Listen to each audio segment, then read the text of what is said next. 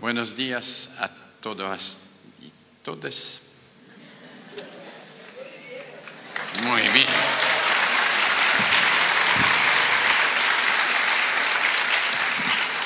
Es un gran honor y un gran placer de estar con ustedes esta mañana. Mais pour autant, je ne vais pas faire ma conférence en espagnol. Pero no por eso voy a hacer mi conferencia en español. Je voudrais d'abord vous remercier pour votre accueil. Quiero agradecerles por la acogida que he tenido. Il n'y a pas eu de meilleure introduction à mon propos sur la pédagogie que cette démonstration artistique que nous venons de voir, merveilleuse. No hubo mejor demostración justamente de las palabras que voy a pronunciar después que estas manifestaciones artísticas que hemos tenido en estos momentos previos. Et qui témoigne de la capacité des humains à se réunir, à se rencontrer. Y que son un testimonio de la capacidad humana para reunirnos, para encontrarnos. Autour de la beauté et non pas dans la violence. Alrededor de la belleza y no de la violencia. Alors, je souhaite vous parler ce matin d'une pédagogie pour aujourd'hui. Quiero hablarles hoy, en esta mañana, de una pedagogía para hoy, para este tiempo. Un moment d'inquiétude pour le monde. Un momento de inquietudes para este mundo. Un moment d'accélération extraordinaire de l'histoire. Un momento de aceleración extraordinaria de la historia. Un moment où émergent des technologies nouvelles dont nous percevons à peine les conséquences sur la mentalité des enfants, des adolescents et des adultes. Un momento en el que están emergiendo todo lo que es la cuestión tecnológica y de la que verdad desconocemos cuáles pueden ser las consecuencias en las mentalidades de los niños, de los jóvenes y de los adultos. Un moment où nous voyons les peuples de par le monde être tentés de se replier sur eux-mêmes. Un momento en el que estamos viendo al pueblo del mundo entero replegarse sobre sí mismo. Et un moment où la seule chose qui semble réunir les humains, y un momento en el que lo único que parece reunir al ser la humano spéculation financière. Es la especulación financiera. Alors je voudrais tenter de vous montrer que dans ce monde-là, me gustaría intentar demostrarles que en este mundo il y a un espoir extraordinaire. Hay una esperanza extraordinaria. Que cet espoir, c'est vous qui le portez. Y que esta esperanza son ustedes que la llevan. C'est vous qui l'êtes au quotidien. Son ustedes que la ejecutan de forma cotidiana. C'est vous les éducateurs. Son ustedes los educadores. Parce que vous préparez le futur. Porque ustedes preparan el futuro. Vous vous sentez parfois mis au second plan ou insuffisamment reconnu. Por ahí pueden sentirse en un segundo plano o insuficientemente reconocidos. Mais sachez que par rapport à tous ceux qui se contentent de gérer le présent, pero tienen que saber que entre todos los que se sienten contentos de gestionar el presente, vous vous anticipez, vous imaginez. Ustedes se anticipan, ustedes imaginan. Vous préparez le futur et l'avenir du monde. Ustedes preparan el futuro del mundo. De chaque enfant. De cada niño. De votre pays et de la terre su entière. país y de toda la tierra. Alors avant de rentrer dans le vif du sujet, entonces antes de entrar en el tema, je voudrais rapidement reprendre un certain nombre d'éléments que vous connaissez évidemment. Me gustaría retomar una serie de elementos que ustedes seguramente reconocen y saben. Et rappeler en quoi consiste l'éducation sur le plan philosophique. Y recordar en qué consiste la educación en el plano filosófico. L'éducation, bien sûr, consiste à transmettre. Evidentemente consiste en transmitir. Il n'existe pas d'exemple d'un seul enfant qui soit né sur Terre. No hay ningún ejemplo de un niño nacido en la tierra. Et qui n'ait pas été éduqué par des adultes qui lui ont transmis des savoirs. Que no haya sido educado por adultos que le hayan transmitido saberes. L'enfant naît extrêmement vulnérable. El niño nace extremadamente vulnerable. Contrairement à beaucoup d'animaux, à presque tous les animaux, il ne sait pratiquement rien faire. Contrariamente a lo que pasa con muchos animales, el niño casi no sabe hacer nada. C'est une sorte de prématuré. Es una especie de prematuro. dont les potentialités sont immenses, en el que las potencialidades son inmensas, mais dont rien n'est réellement stabilisé à sa naissance. pero en quien todavía no hay nada estabilizado al momento de su nacimiento. Alors certes, il existe des caractères héréditaires, Evidentemente hay algunas características hereditarias, mais les scientifiques eux-mêmes considèrent aujourd'hui que ces caractères héréditaires sont plus des prédispositions que des prédestinations. pero los científicos actuales consideran que eso se trata más bien de una predisposición que de una predestinación. Alors il y a des prédispositions différentes, mais il y a un pouvoir immense de l'éducation Tenemos predisposiciones diferentes, pero también tenemos un poder inmenso de la educación pour accompagner ces prédispositions ou au contraire, si elles sont négatives, tenter de les combattre. para acompañar estas predisposiciones o, por el contrario, si son negativas, tratar de combatirlas. Transmettre est un devoir absolu des adultes. Transmitir es un deber absoluto de los adultos. Nous ne pouvons pas refuser de transmettre à ceux qui viennent au monde No podemos negarnos a transmitir algo a aquellos que vienen al mundo, la langue et les savoirs qui leur permettront de vivre dans ce monde. la lengua y los sabores que le van a permitir vivir en este mundo. Transmettre, ça s'appuie, comme cela a été évoqué tout à l'heure par Madame la secrétaire de l'Éducation, Transmitir se apoya, como fue recién evocado por la secretaria de Educación recién, sur un principe éthique fondamental qui est celui de l'éducabilité de chacune et de chacun. sobre el principio fundamental de la educabilidad de cada uno y de cada una. Toute l'histoire de l'éducation a progressé dans le monde Toda la historia de la educación progresó en el mundo chaque fois que des humains cada vez que el ser humano o humanos ont fait le pari que des êtres jusque-là réputés inéducables étaient en réalité éducables. se dieron cuenta que aquellos que eran considerados no educables podían ser educables. Cela a été vrai dans tous les horizons politiques. Esto fue cierto en todos los horizontes políticos. C'est vrai avec Don Bosco, Fue así con Don Bosco, qui récupère les enfants désœuvrés que et recupera a los alumnos desmunidos, leur apprend un métier, qui les socialise par le sport. que les enseña una profesión, un métier y que lo socializa a través del deporte.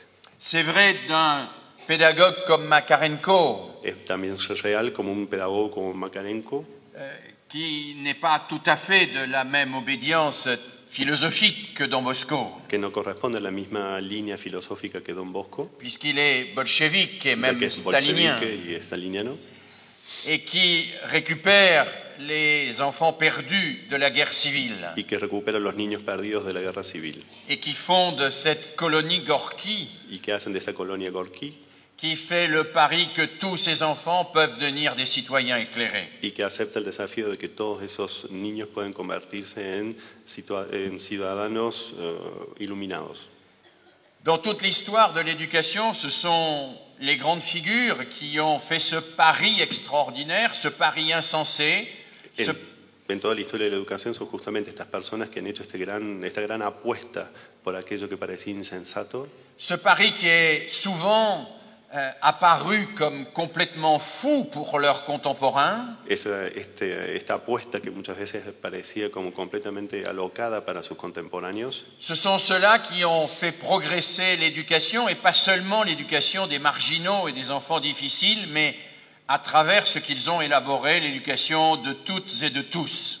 Son los que han hecho hacer evolucionar la educación, y no solamente de aquellos que que se los consideraba marginales, sino que a través de esto hicieron evolucionar la educación para todos y todas. Donc transmettre à chacune et à chacun ce qui va lui permettre d'affronter le monde Entonces, transmitir a cada uno lo que le va a permitir afrontar el mundo et de choisir sa vie, y elegir su vida, c'est un devoir éducatif fondamental, c'est un horizon politique fondamental. es un deber educativo fundamental, es un horizonte político fundamental. C'est sans doute, aux yeux de beaucoup encore, une utopie, Es quizás para muchos una utopía todavía, mais c'est une utopie nécessaire. pero es una utopía necesaria. C'est une utopie de référence. Es una utopía de referencia. C'est notre horizon commun. Es nuestro horizonte común. C'est ce qui nous meut à l'intérieur de nous-mêmes et qui nous fait avancer. Es lo que nos mueve en nuestro interior y es lo que nos hace avanzar. Mais transmettre, ça n'est pas la totalité de l'éducation. Pero transmitir no implica la totalidad de la educación. L'éducation, c'est aussi émanciper, La educación también es emancipar, c'est-à-dire promouvoir la liberté du sujet, es decir, promover la libertad del sujeto, susciter son engagement personnel, suscitar su compromiso personal, faire de lui une personne capable de débattre sereinement dans une société démocratique. es hacer de él una persona que sea capaz de debatir serenamente en una sociedad democrática. Et nous sommes là au cœur d'une vraie difficulté éducative qui a déjà été soulignée tout à l'heure. Estamos frente a una dificultad educativa, pedagógica, que ya fue señalada recién, Et qui constitue en quelque sorte le nœud anthropologique de l'aventure éducative. que constituye el nodo antropológico de la aventura pedagógica. Tous les enfants peuvent grandir, apprendre, se développer, Todos los niños pueden crecer, aprender, desarrollarse, mais nous ne pouvons pas pour autant le faire à leur place. pero nosotros no podemos hacer todo esto en lugar de ellos. Eux seuls peuvent en réalité se lancer dans un apprentissage. Únicamente ellos pueden lanzarse en un aprendizaje. Eux seuls peuvent faire le pari de leur propre développement et engager leur propre liberté. Y pueden apostar a su propio compromiso y a su propia libertad. C'est la raison pour laquelle le grand philosophe de l'éducation, Jean-Jacques Rousseau, Y es la razón por la cual el gran filósofo de la educación, Jean-Jacques Rousseau, résumait l'acte pédagogique dans une formule un peu mystérieuse. formulaba un poco los misterios, digamos, en una fórmula misteriosa el espíritu del acto educativo, Quand il disait que l'éducation, c'est de tout faire en ne faisant rien. cuando decía que la educación es hacer todo, no haciendo nada. On fait tout pour préparer la situation éducative. Hacemos todo para preparar la situación educativa, On fait tout pour que les conditions de l'éducation soient les meilleures. hacemos todo para que las condiciones de la educación sean las mejores, On fait tout pour que l'environnement soit le plus stimulant possible pour l'enfant. hacemos todo para que el entorno sea lo más estimulante posible para los niños, On fait tout pour que les rencontres de l'enfant soient les plus riches possibles. hacemos todo para que los encuentros y los reencuentros de los niños sean los más ricos posibles, On fait tout pour que l'enfant soit placé dans des situations d'apprentissage les plus élaborées possibles. hacemos todo lo necesario para que el niño esté ubicado en situaciones de aprendizaje lo más, digamos, Mais- comprometedoras posibles. Ensuite, c'est à l'enfant de s'engager. Pero después le toca al niño comprometerse. Je ne peux pas m'engager à sa place. Yo no puedo comprometerme en lugar de él. Je peux lui garantir que s'il s'engage et qu'il se trompe, il ne sera pas humilié. Puedo garantizarle de que si se compromete y se equivoca no va a ser humillado. Parce que l'éducation nécessite la mise en place autour de l'enfant de ce que j'appelle un espace hors menace. Porque la educación necesita justamente poder implementar alrededor del niño este espacio que yo llamaría fuera de lo amenazador, de la amenaza. Un espace hors menace parce que grandir, c'est découvrir, c'est Porque essayer, c'est justamente tenter, crecer es probar, es intentar, et que pour tenter de faire quelque chose qu'on ne sait pas faire, y que para intentar hacer algo que no sé hacer, il ne faut pas avoir peur de se tromper. es importante no tener miedo a equivocarse. Il ne faut pas avoir peur d'être humilié si on se trompe. No hay que tener miedo de ser humillados si nos equivocamos. Il ne faut pas avoir peur d'être exclu si on se trompe. No tengo que tener miedo de hasta ser excluido si me equivoco. Donc il faut permettre à l'enfant d'essayer, de tenter. Entonces tenemos que permitirle al niño que pruebe, que Et intente. c'est la seule condition pour qu'il puisse véritablement réussir. Y esta es la única condición para que pueda realmente tener éxito, lograr lo que se propone. L'éducation, c'est donc à la fois mettre en place des institutions, Entonces la educación es primeramente implementar instituciones, des situations, des relations situaciones, relaciones aussi fécondes, aussi riches que possible, tan fecundas y tan ricas como sea posible, pour que l'enfant puisse se développer et s'impliquer lui-même. para que el niño pueda desarrollarse e implicarse por sí solo.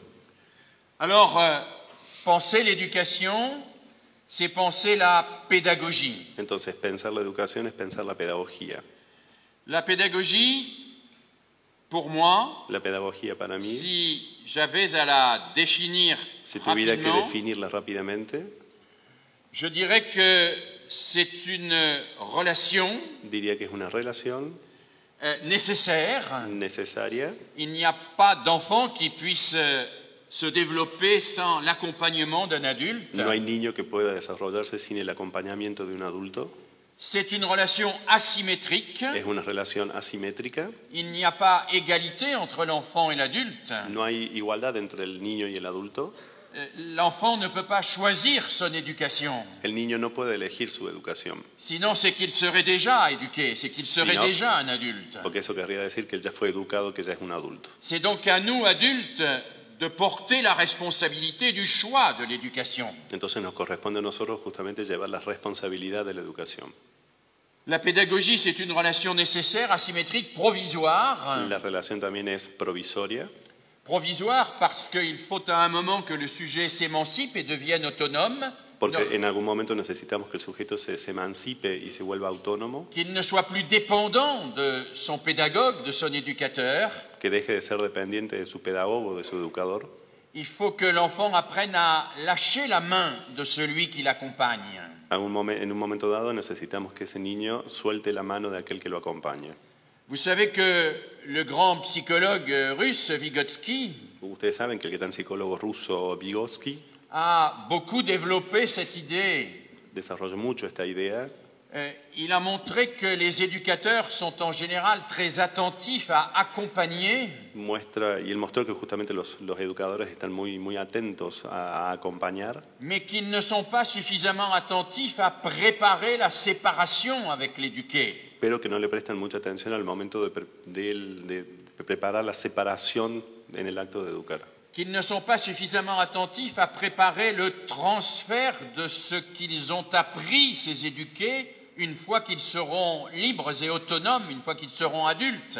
Justamente la idea de preparar el momento de transferencia cuando llegue el momento que ya se los considere formados y libres y listos para ser autónomos. Nous devons consacrer, disait Vygotsky, la moitié du temps de l'éducation Según Vygotsky, deberíamos destinar la mitad del tiempo de la educación à préparer la séparation, a preparar la separación, c'est-à-dire à proposer à l'autre de pouvoir faire sans nous es decir, proponerle al otro que pueda hacer sin nosotros ce que nous avons fait avec lui. lo que nosotros hicimos con él. Donc la pédagogie est une relation nécessaire, asymétrique, provisoire, La pedagogía es una relación necesaria, simétrica, provisoria et qui vise à l'émergence d'un sujet. y que apunta a la emergencia de un sujeto. Le mot sujet est important. La palabra sujeto es importante. Dans ma formation philosophique, j'ai été très largement influencé par la phénoménologie En mi formación filosófica yo fui ampliamente influenciado por la fenomenología et par la définition que la phénoménologie donne du sujet. y por la definición que la fenomenología da de sujeto. Un sujet, c'est le contraire d'un objet. El sujeto es justamente lo contrario de un objeto. C'est quelque chose qui n'est pas définitif, qui n'est pas enfermé complètement dans une essence, dans une nature. Es algo que no está cerrado, que no está completamente cerrado en una esencia, en una sustancia. Un sujet est quelqu'un qui doit s'inventer et décider en permanence. El sujeto es alguien que debe reinventarse y decidir de forma permanente. Ce qui est loin d'être facile, Lo que, bueno, está lejos de ser fácil. aussi bien pour un adulte que pour un adolescent ou un enfant, il est plus facile d'être un objet, Digamos, para un adulto, para un adolescente, para un niño es mucho más fácil ser un objeto, d'être un cancre par exemple, de ser el peor de la clase. et l'élève accepte volontiers d'être défini comme un cancre parce qu'il est devenu un objet et qu'il n'a pas à faire d'efforts pour être un sujet. Y, digamos, para el niño le resulta cómodo ser el peor de la clase porque se lo considera como un objeto, entonces a partir de ahí se lo trata y recibe el trato de un objeto. Lui rendre son pouvoir de sujet, Devolverle su poder de sujeto c'est lui rendre sa capacité à subvertir toutes les images, es darle la capacidad para reinvertir todas las imágenes, toutes les images sociales aussi qui lui collent à la peau, qu'on lui a collées à la peau. todas estas imágenes sociales que le pegaron en su piel. Pour cela, je vais développer avec vous 5 points profondément solidaires. Por esto voy a desarrollar con ustedes 5 puntos que son entre ellos muy solidarios. Je vais essayer de vous montrer que la pédagogie, le pédagogue, Voy a tratar de mostrarles que el pedagogo doit accompagner l'enfant debe acompañar al niño dans le passage de la sphère privée à la sphère publique, en el paso de lo privado, de la esfera privada a la esfera pública, pour lui permettre d'entrer dans un collectif où se construit du commun. para permitirles entrar en un colectivo en donde se construye lo común. Ce sera le deuxième point aussi, El comment segundo punto va a ser cómo l'individu peut-il s'impliquer dans le commun. el individuo puede implicarse en lo común. Ensuite, j'essaierai de vous montrer pourquoi il est essentiel aujourd'hui Después voy a tratar de mostrarles por qué hoy en día es esencial de mettre en place une pédagogie qui permet de passer de l'individu pulsionnel au sujet réflexif. la importancia de poder pensar en una pedagogía que permita pasar de un individuo pulsional a un sujeto reflexivo. Ensuite, et dans le prolongement, je vous montrerai qu'il est important de passer de l'expression spontanée à l'entrée dans la culture. También quiero mostrarles que es importante este paso de la expresión espontánea al acceso a la cultura Et que cela nous permet d'espérer de passer ensemble du chaos à la parole, y que esto nos va a permitir pasar juntos del caos a la palabra, d'un monde de violence à un monde plus solidaire et plus pacifié. de un mundo de violencias a un mundo más solidario y más pacifista. Première série de remarques, premier défi, El primer desafío, la primera serie de observaciones, accompagner l'enfant de la sphère privée à la sphère publique pour le faire entrer dans le commun.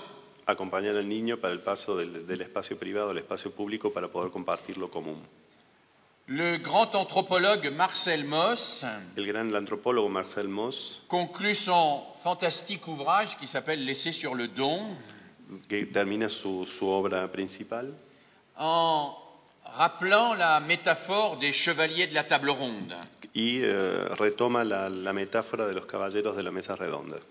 Il explique que le roi Arthur Explica que el rey Arturo avait fait construire une table magique había hecho construir una mesa mágica qu'il avait installée dans la salle du conseil du roi, que había instalado en la sala del Consejo de Reyes, et que cette table magique avait un pouvoir extraordinaire. y que esa mesa tenía un poder extraordinario. C'est que quand les chevaliers venaient s'installer autour de la table, Y era que cuando los caballeros venían a instalarse alrededor de la mesa, la table leur demandait d'abandonner toute forme de violence. esa mesa les pedía que abandonaran cualquier tipo de violencia. Ils devaient poser à la porte de la salle leurs épées, leurs armes, Tenían que dejar en la puerta de la sala sus armas, et ils devaient poser en s'asseyant à la table toute leur agressivité, toute leur violence interne. y debían de poner al momento de sentarse en la mesa toda su agresividad, su violencia interna, Pour pouvoir entrer en relation les uns avec les autres de manière sereine. para poder entrar en relación, para poder relacionarse unos con otros de forma serena. Et Marcel Mauss explique que la table les sépare et les relie à la fois, Y el autor explica que esa mesa los separa y los vincula al mismo tiempo, elle leur permet d'exister à chacun, les permite que exista cada uno por su lado, mais elle leur permet d'exister ensemble autour de quelque chose qui les réunit et qui crée du commun. pero que también les permite juntarlos y compartir un espacio que les va a permitir crear algo en común. Alors le chevalier de la table ronde n'est plus là, Entonces, bueno, los caballeros de la mesa redonda ya no están aquí. le charpentier de Cornouailles qui savait construire des tables magiques est mort depuis longtemps. Y el carpintero que construyó esa mesa mágica ya murió hace tiempo. Mais il reste des constructeurs de tables magiques. Pero todavía tenemos constructores de mesas mágicas. Il reste ceux et celles qui font entrer les enfants dans la classe autour d'une table qui les réunit ensemble pour apprendre. Tenemos todavía aquellos que hacen entrar a los niños a un aula y los reúnen alrededor de una mesa para aprender. Il reste les enseignants, il reste vous. Nos quedan los docentes, quedan ustedes.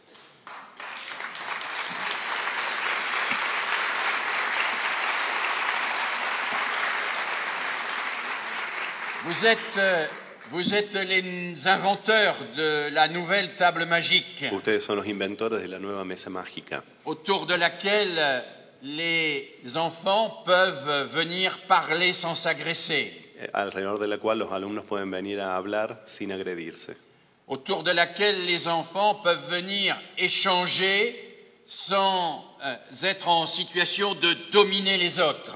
en los que crear situaciones en las que los alumnos pueden intercambiar sus ideas sin la necesidad de dominar al otro, Autour de laquelle les enfants peuvent venir s'entraider les uns les autres alrededor de la cual los alumnos pueden venir a ayudarse mutuamente unos con otros et découvrir qu'ils sont nécessaires les uns aux autres, y descubrir que son necesarios unos para otros, que l'enfant en difficulté a besoin de l'enfant qu'il sait qui va pouvoir lui expliquer les choses, que el alumno que está con alguna dificultad puede contar con aquel que sabe un poco más de ese tema. mais l'enfant qui sait a besoin de l'enfant en difficulté parce qu'en lui expliquant, il comprend mieux. Pero ese alumno que sabe un poco más que el otro también necesita al alumno en dificultad, porque de esa forma también él va a aprender que es capaz de explicarle a su compañero. Et qu'il découvre ainsi que l'autre est nécessaire, chacun découvre ainsi que l'autre est nécessaire Y cada uno à son descubre- propre développement. Cada uno descubre que todos son necesarios para el propio desarrollo de cada uno. Alors il faut construire cette table magique. Entonces tenemos que construir esta mesa mágica. Alors pour cela, bien sûr, il faut être attentif, et c'est un point important pour nos sociétés, Para eso tenemos que estar atentos, y esto es un punto importante para nuestra sociedad, à distinguer et à articuler ce qui relève pour chaque enfant de la sphère privée et ce qui relève de la sphère publique. para diferenciar, para distinguir lo que corresponde al ámbito privado y lo que corresponde al ámbito público. Quand on va à l'école, Cuando vamos a la escuela, on ne reste pas dans sa famille. no nos quedamos con la familia, On va découvrir d'autres enfants vamos a descubrir otros niños qui ont d'autres familles, que tienen otras familias, qui ont d'autres croyances, que tienen otras creencias, qui ont d'autres manières de vivre au quotidien. que tienen otras formas cotidianas de vivir. Et il faudra construire avec ces autres enfants un espace commun pour apprendre ensemble. Y vamos a tener que construir con esos otros niños un espacio en común para poder aprender. L'espace public de l'école se caractérise par le fait que l'enfant n'y abandonne pas son espace privé, El espacio público de la escuela se caracteriza porque el niño no abandona su espacio privado, mais qu'il comprend que cet espace public n'est pas la somme des espaces privés, pero que él entiende que ese espacio público no es la suma de los espacios privados, que l'espace public a des règles publiques, que el espacio público tiene reglas públicas, qu'il y a des règles communes qui ne sont pas les règles qui sont utilisées dans chaque espace privé. que tiene reglas que son comunes pero que no son las mismas que son utilizadas en cada espacio privado. Et ces règles communes, elles vont être à construire, à élaborer à partir des élèves et avec les élèves. Y esas reglas comunes tienen que ser construidas a partir de los niños y con los niños. Et nous réussirons à les élaborer parce que nous reconnaîtrons, Y vamos a lograr elaborarlas porque nous vamos a autres reconocer enseignants, que les élèves sont tous à la fois différents et ressemblants. porque vamos a poder reconocer que nuestros alumnos son al mismo tiempo diferentes y similares. L'éducation doit avoir cette perspective en permanence. La educación tiene que tener esta perspectiva permanentemente, C'est se soucier de la singularité de chacun, es preocuparse por la singularidad de cada uno, mais se soucier aussi de ce qui unit tous les êtres ensemble. pero también preocuparse por aquello que une a todos los seres conjuntamente. Pendant très longtemps, nos sociétés occidentales ont mis en avant le droit à la différence. Durante mucho tiempo nuestras sociedades occidentales han puesto, digamos, por delante el derecho a las diferencias individuales. C'était sans doute nécessaire car nous sortions de sociétés extrêmement totalisantes Era où le necesario droit à la porque- différence n'était pas reconnu. Salíamos de sociedades que eran muy totalizantes en donde el derecho a la diferencia no era reconocido. Mais aucune société ne peut être fondée que sur le droit à la différence. Pero ninguna sociedad puede fundarse solamente sobre el derecho a la diferencia. Une société est fondée simultanément quand elle est démocratique Una sociedad, si es democrática, se debe fundamentar paralelamente elles se fondent simultanément sur le droit à la différence et le droit à la ressemblance. sobre el derecho a la diferencia, pero también sobre el derecho a la similitud, a las igualdades. Et donc le maître doit dire à chaque élève, je te reconnais en tant que tu es un être singulier, Entonces el maestro le tiene que decir a cada alumno, te reconozco como un ser singular, individual, avec ton histoire, avec tes besoins, avec tes problèmes, con tu historia, tus necesidades, tus problemas, mais je te demande de t'inscrire dans un collectif, dans une communauté, pero te pido que te inscribas en un colectivo, en una comunidad, où nous allons partager des éléments, des savoirs en la que vamos a des compartir emociones elementos, saberes, emociones que nous avons en commun que tenemos en común malgré nos différences. a pesar de nuestras diferencias. Pour cela, bien sûr, l'école dispose de quelque chose de très fort que sont les rituels. Para eso la escuela dispone de algunos elementos que son muy fuertes, como son los rituales. Le propre d'un rituel, c'est que chacun arrive avec sa personnalité et que chacun s'inscrit dans un collectif. Lo propio de los rituales es que justamente cada uno llega con su personalidad y se inscribe en este colectivo. Il ne renonce pas à être lui-même, mais il partage avec les autres un moment commun. No renuncia a ser sí mismo, pero acepta compartir con los otros ese momento. Nous avons vécu tout à l'heure, avec le magnifique récital, un fantastique rituel. Recién vivimos justamente con el recital un magnífico ritual. Et je crois que nos écoles, en particulier en Occident, Creo que nuestras escuelas, y en particular en Occidente, ont perdu le sens des beaux et des vrais rituels. ha perdido un poco el sentido de los lindos y de los verdaderos rituales. Il existe des rituels assez formels, Hay muchos rituales demasiado formales, des rituels qui sont issus de l'armée ou de l'Église, que salieron de la iglesia o de la armada, mais pas forcément des rituels qui sont des préparations à l'apprentissage collectif. pero que no son de la preparación al aprendizaje colectivo. Il y a une vraie réflexion, me semble-t-il, à avoir dans nos écoles Tenemos una verdadera reflexión que tenemos que llevar a nuestras escuelas sur les rituels qui structurent l'attention collective. sobre los rituales que, digamos, abordan la atención colectiva.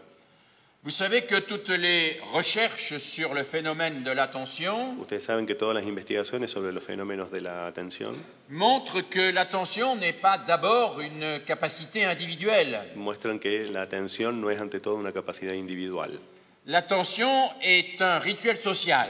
es un ritual social. L'attention se crée à travers des moments et des espaces particuliers. Y se crea a partir de momentos y de espacios particulares. Un théâtre est un rituel d'attention. Un teatro es un ritual de atención. Ça n'est pas le même qu'un tribunal, No es lo mismo que un tribunal, ça n'est pas le même qu'un stade de sport, no es lo mismo que un estadio de deportes et ça n'est pas le même qu'une salle de classe. y no es lo mismo que un aula. Mais dans chacun des lieux où les sujets doivent avoir une attention conjointe, Pero en cada uno de estos lugares en donde los sujetos deben tener una atención conjunta, il faut construire le rituel qui permet d'avoir cette attention conjointe. tenemos que construir ese ritual que permite tener esa atención conjunta. Vous savez que l'enfant, quand il naît, il est dans une attention duelle. Ustedes saben que el niño cuando nace está en una atención dual. Il regarde sa mère, il regarde son père, et son père et sa mère le regardent. Mira a su padre, mira a su madre y sus padres también lo miran a él. Et ils s'admirent réciproquement. Y se admiran recíprocamente. Et puis l'enfant s'admire lui-même dans le miroir. Y después el niño se admira a él mismo en el espejo. Apprendre à grandir, c'est apprendre non pas à se regarder l'un l'autre, Aprender a crecer no es aprender a mirarse uno al otro, mais c'est regarder ensemble un même objet. pero mirar juntos un mismo objeto.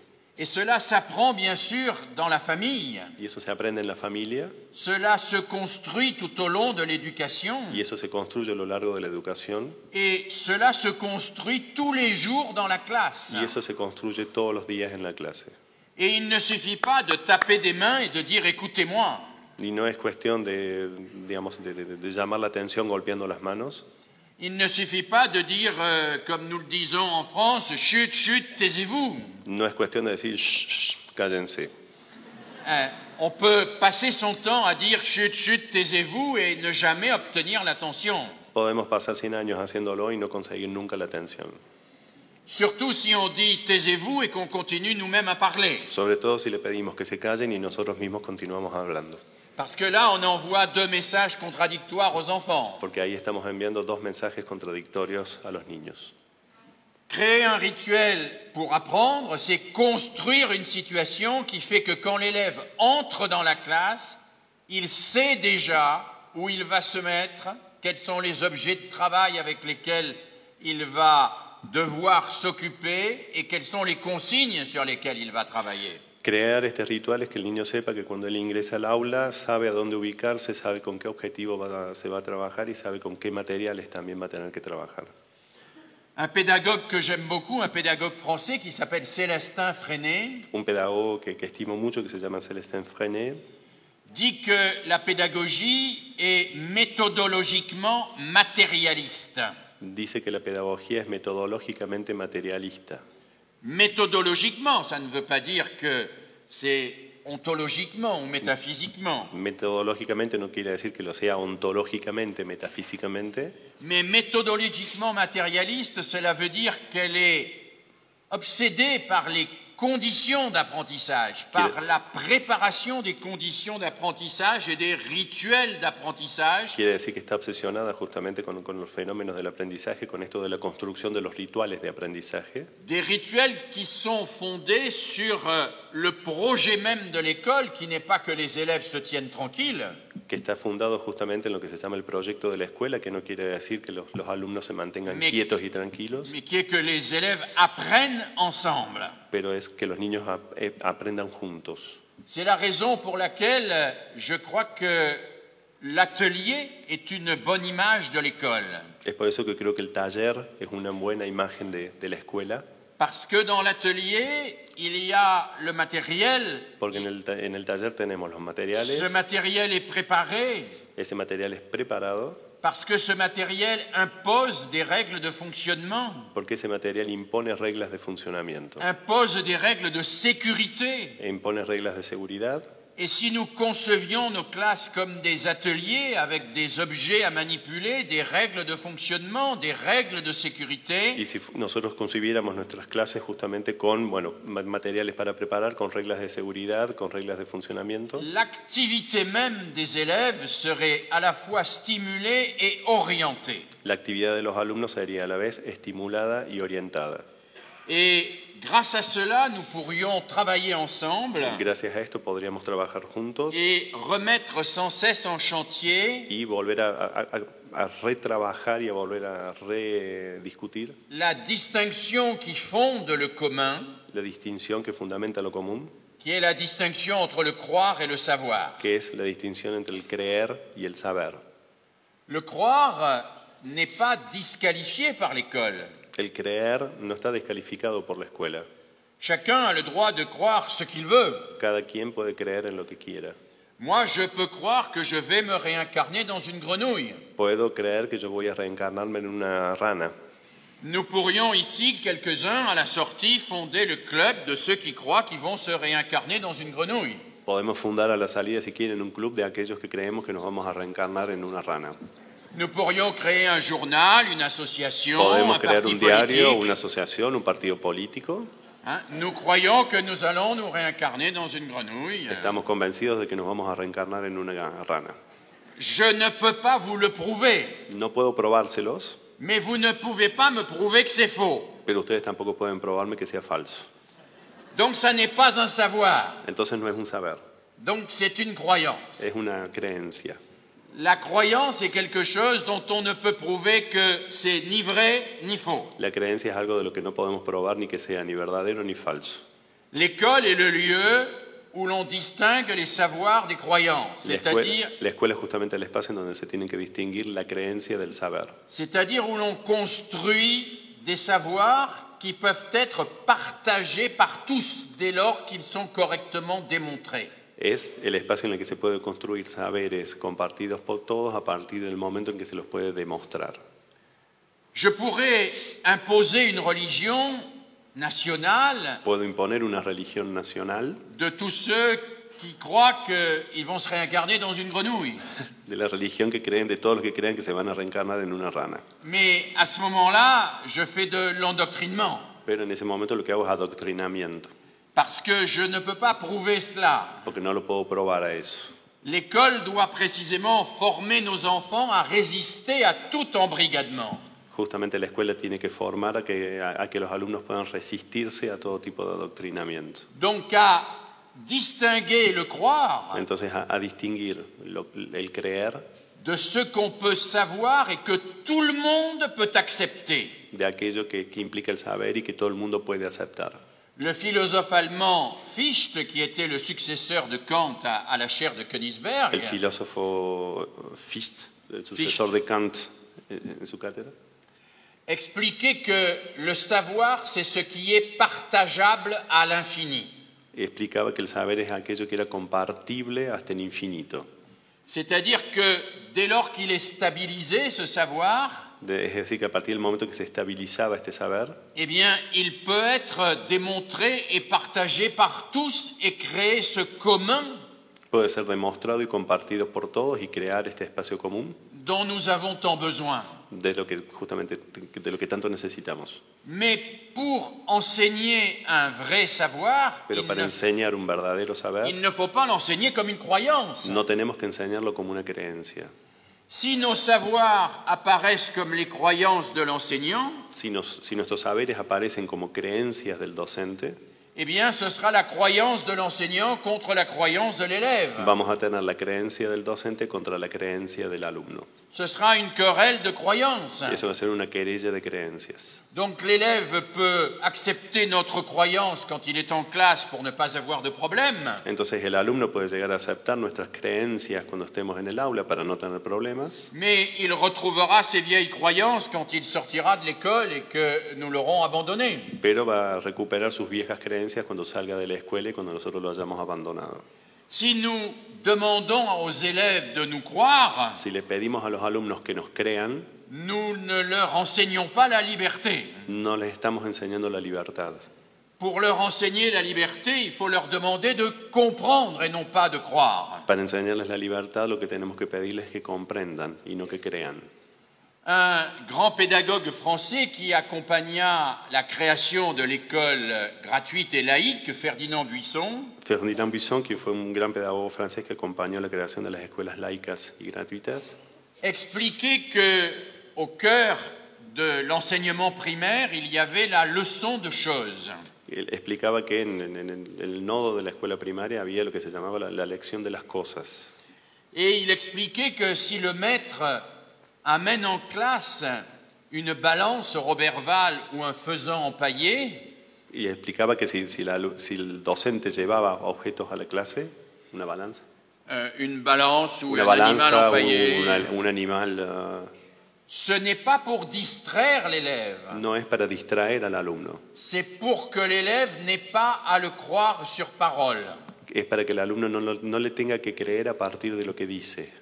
C'est pour que l'élève puisse comprendre à partir de ce qu'il voit et de ce qu'il expérimente lui-même. Es para que el alumno pueda comprobar a partir de lo que ve y de lo que puede experimentar por sí mismo. C'est pour que l'élève entre dans le savoir par la découverte, Es para que el alumno entre en el saber por intermedio del descubrimiento, par la découverte, par la démonstration por la demostración et par les interactions qu'il va avoir avec les autres. y por las interacciones que va a poder mantener con los otros. Les savoirs vont se stabiliser progressivement Los saberes van a estabilizarse progresivamente et successivement de plus en plus complexes, y sucesivamente cada vez más complejos et ils vont constituer cette table solide y van a constituir esta mesa sólida sur laquelle on peut s'appuyer pour construire une démocratie. sobre la cual nos vamos a poder apoyar para construir una democracia. Sans savoir solide pour s'appuyer, Sin on ne saberes peut pas sólidos para construire une apoyarse no démocratie. podemos construir una democracia. On ne peut pas parler de quoi que ce soit puisqu'on ne peut que confronter des croyances. No podemos hablar de cualquier cosa si lo único que podemos hacer es confrontar creencias. Et donc notre travail d'enseignant, c'est bien là de construire cette table ronde symbolique que sont des savoirs. Entonces, nuestra tarea como docentes es construir esa mesa redonda que son justamente saberes. Le théorème de Pythagore El teorema de Pitágoras est un savoir. es un saber. Je peux enseigner le théorème de Pythagore en demandant aux élèves d'apprendre par cœur que dans un triangle rectangle, le carré de l'hypoténuse est égal à la somme des carrés des deux autres côtés. Puedo pedir a los alumnos que se aprendan de memoria ese teorema.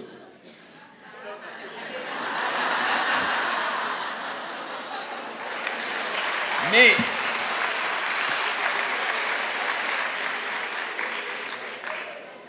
si l'élève apprend cela par cœur sans comprendre comment cela a été découvert, Si el alumno aprende eso de memoria sin comprender cómo se descubrió eso, si l'élève apprend cela par cœur sans comprendre ce qu'il peut en faire à l'extérieur de l'école, si el alumno lo aprende de memoria sin entender lo que puede hacer con eso fuera de la escuela, il est dans une sorte d'assujettissement et non pas d'émancipation. está en una especie de sometimiento y no en una especie de emancipación.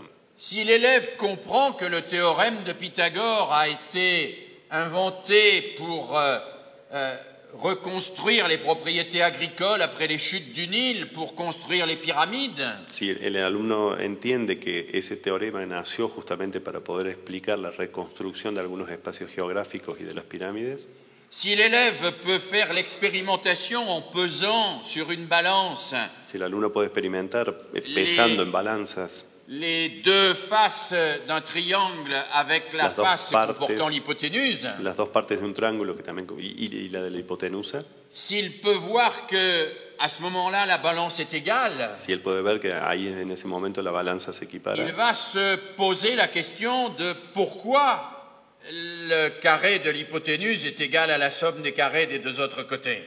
ahí él va a poder preguntarse por qué la suma del cuadrado De l'hypoténuse cuadrado de la hipotenusa es igual est égale à la somme des a la carrés des deux suma de los autres côtés. cuadrados de los dos otros lados.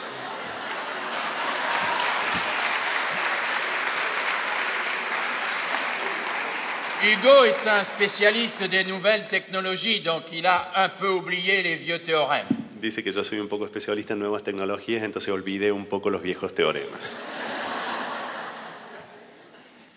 Mais que seraient les nouvelles technologies sans le théorème de Pythagore, hein? Pero ¿qué haríamos con las nuevas tecnologías sin el teorema de Pitágoras?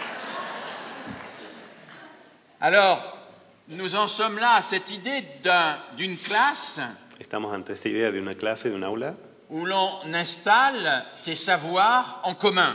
en donde podemos instalar estos saberes en común.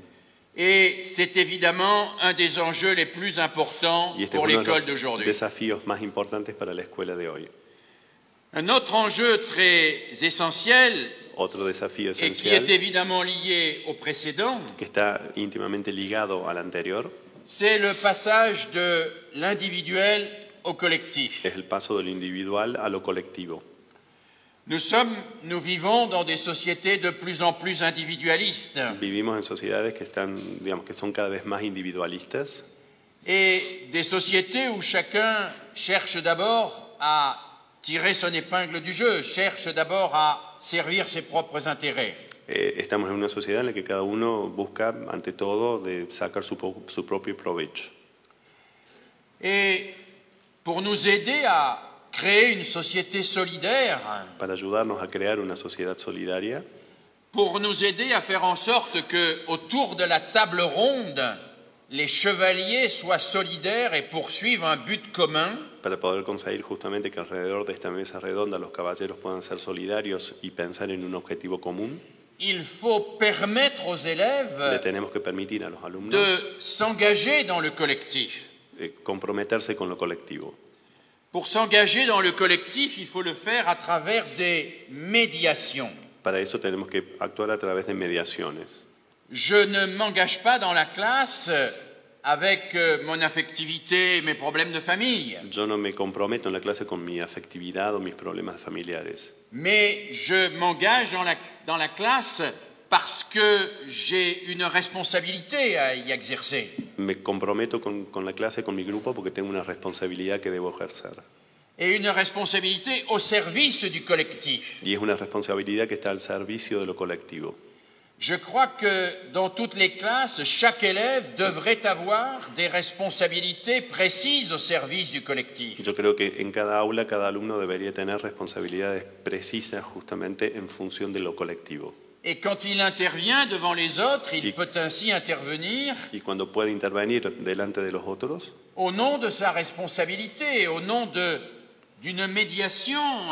Il est responsable de la préparation des documents, il est responsable de donner la parole, il est responsable de préparer le matériel dans la séance. él puede intervenir en nombre de esa responsabilidad, que puede ser documentarse, que puede ser dar la palabra a un compañero o preparar un trabajo. Si chaque élève a une responsabilité dans le collectif, Si cada alumno tiene una responsabilidad en lo colectivo, eh bien, il n'abandonne pas sa singularité, no abandona su singularidad, mais il inscrit cette singularité au service de tous. pero inscribe esa singularidad al servicio de todos. Et tout cela va permettre de mettre en place dans la classe des institutions. Y eso va a permitir justamente implementar instituciones Qui permettent de sortir de ces coagulations fusionnelles que sont le chahut, que sont le silence hostile, que sont... Eso va a permitir salir de estas coagulaciones funcionales que son bueno, el griterío o el silencio hostil. Une institution, étymologiquement, c'est ce qui fait tenir debout. Una institución etimológicamente es lo que hace permanecer parado algo. C'est ce qui fait tenir debout des hommes entre eux. Es lo que hace que los hombres puedan mantenerse en pie entre ellos. Un instituteur pédagogue que j'aime beaucoup, Fernand Houry, Un maestro, un pedagogo que estimo mucho, Houry, expliquait que dès lors qu'il y a 3 élèves et un seul savon pour se laver les mains, il faut une institution. él dice que desde el momento que hay 3 alumnos y un solo jabón para lavarse las manos, hace falta una institución. Il faut une institution, sinon c'est la bagarre, sinon c'est la violence. Porque si no, es el lío, es la violencia. Et cet apprentissage-là, il se fait dès la toute petite enfance à l'école. Y este aprendizaje se hace desde la más pequeña infancia en la escuela. Non par la peur, No por el miedo, non par la sanction, no por la sanción, mais par la découverte que chacun va gagner à l'existence de l'institution. es por esto de poder descubrir que cada uno va a ganar con la existencia de la institución. Par la découverte que les interdits, en réalité, autorisent. Por esto de descubrir que lo que está prohibido en realidad autoriza. L'interdit de couper la parole à quelqu'un, La prohibición de cortarle la palabra a alguien, de c'est ce interrumpir a alguien, qui autorise chacun à parler. es lo que autoriza a todos a hablar. Si on n'interdit pas de couper la parole, personne n'est autorisé à parler. Si no, digamos, si no autorizamos el hecho de interrumpir a alguien, todo el mundo no estaría autorizado para hablar.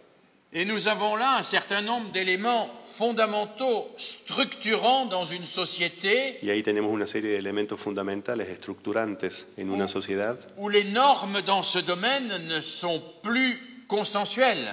en donde tenemos muchos de estos elementos que no son consensuales. Je vois en Argentine et ailleurs des familles ou des amis qui déjeunent au restaurant Veo en Argentina y en otros lugares familias que almuerzan en el restaurante et qui ont chacun leur téléphone portable posé sur la table y que cada uno tiene su teléfono celular en la mesa et qui passent leur temps à interrompre la conversation pour répondre à leur téléphone. y que pasan un cierto tiempo interrumpiendo la conversación, respondiendo su teléfono. Je pense que nous sommes là dans une situation de communication qui est une situation particulièrement désarmante, particulièrement déplorable. Creo que estamos ahí en una situación que es particularmente desarmante y deplorable. Il n'y a plus d'institution, le repas n'est plus une institution. No tenemos más institución, la comida no es más una institución. Il ne faut pas croire que les hommes mangent pour se nourrir, hein. No hay que creer que los hombres comen solo para alimentarse. Si il fallait manger pour se nourrir, on mangerait beaucoup moins. Si lo tuviéramos que hacer solo para alimentarnos, lo haríamos mucho menos. Les repas sont d'abord des rituels de communication. Las comidas son rituales de comunicación. Et ce sont des rituels dans lesquels on se rend disponible à ceux avec qui l'on mange. Y son rituales en los cuales nos ponemos a disposición de aquellos con quienes comemos. Et ce sont des institutions. Son instituciones. Et ces institutions nécessitent qu'on en respecte les normes. Estas instituciones requieren que se respeten las normas, Sinon, elles disparaîtront inévitablement. si no van a desaparecer inevitablemente. C'est ce qui se passe en France dans de très nombreuses familles où les repas ne sont plus pris en commun. Es lo que sucede, por ejemplo, en Francia, en donde ya hay muchas comidas que no se las hacen en común, Où chacun prend son repas devant son écran. en donde cada uno come delante de su computadora, de su pantalla, Et où l'institution de l'échange collectif n'est pas construite. en donde la institución del intercambio colectivo no está construida. Il y a là quelque chose de fondamental dans le rôle de l'école, Hay algo fundamental en el rol, en el papel de la escuela, c'est de faire entendre aux élèves la légitimité des institutions, es de hacer comprender a los alumnos la legitimidad de la institución, de leur faire entendre que les institutions ne sont pas là pour les frustrer, que las instituciones no han sido creadas, no están ahí para frustrarlos, mais pour les libérer. sino para liberarlos.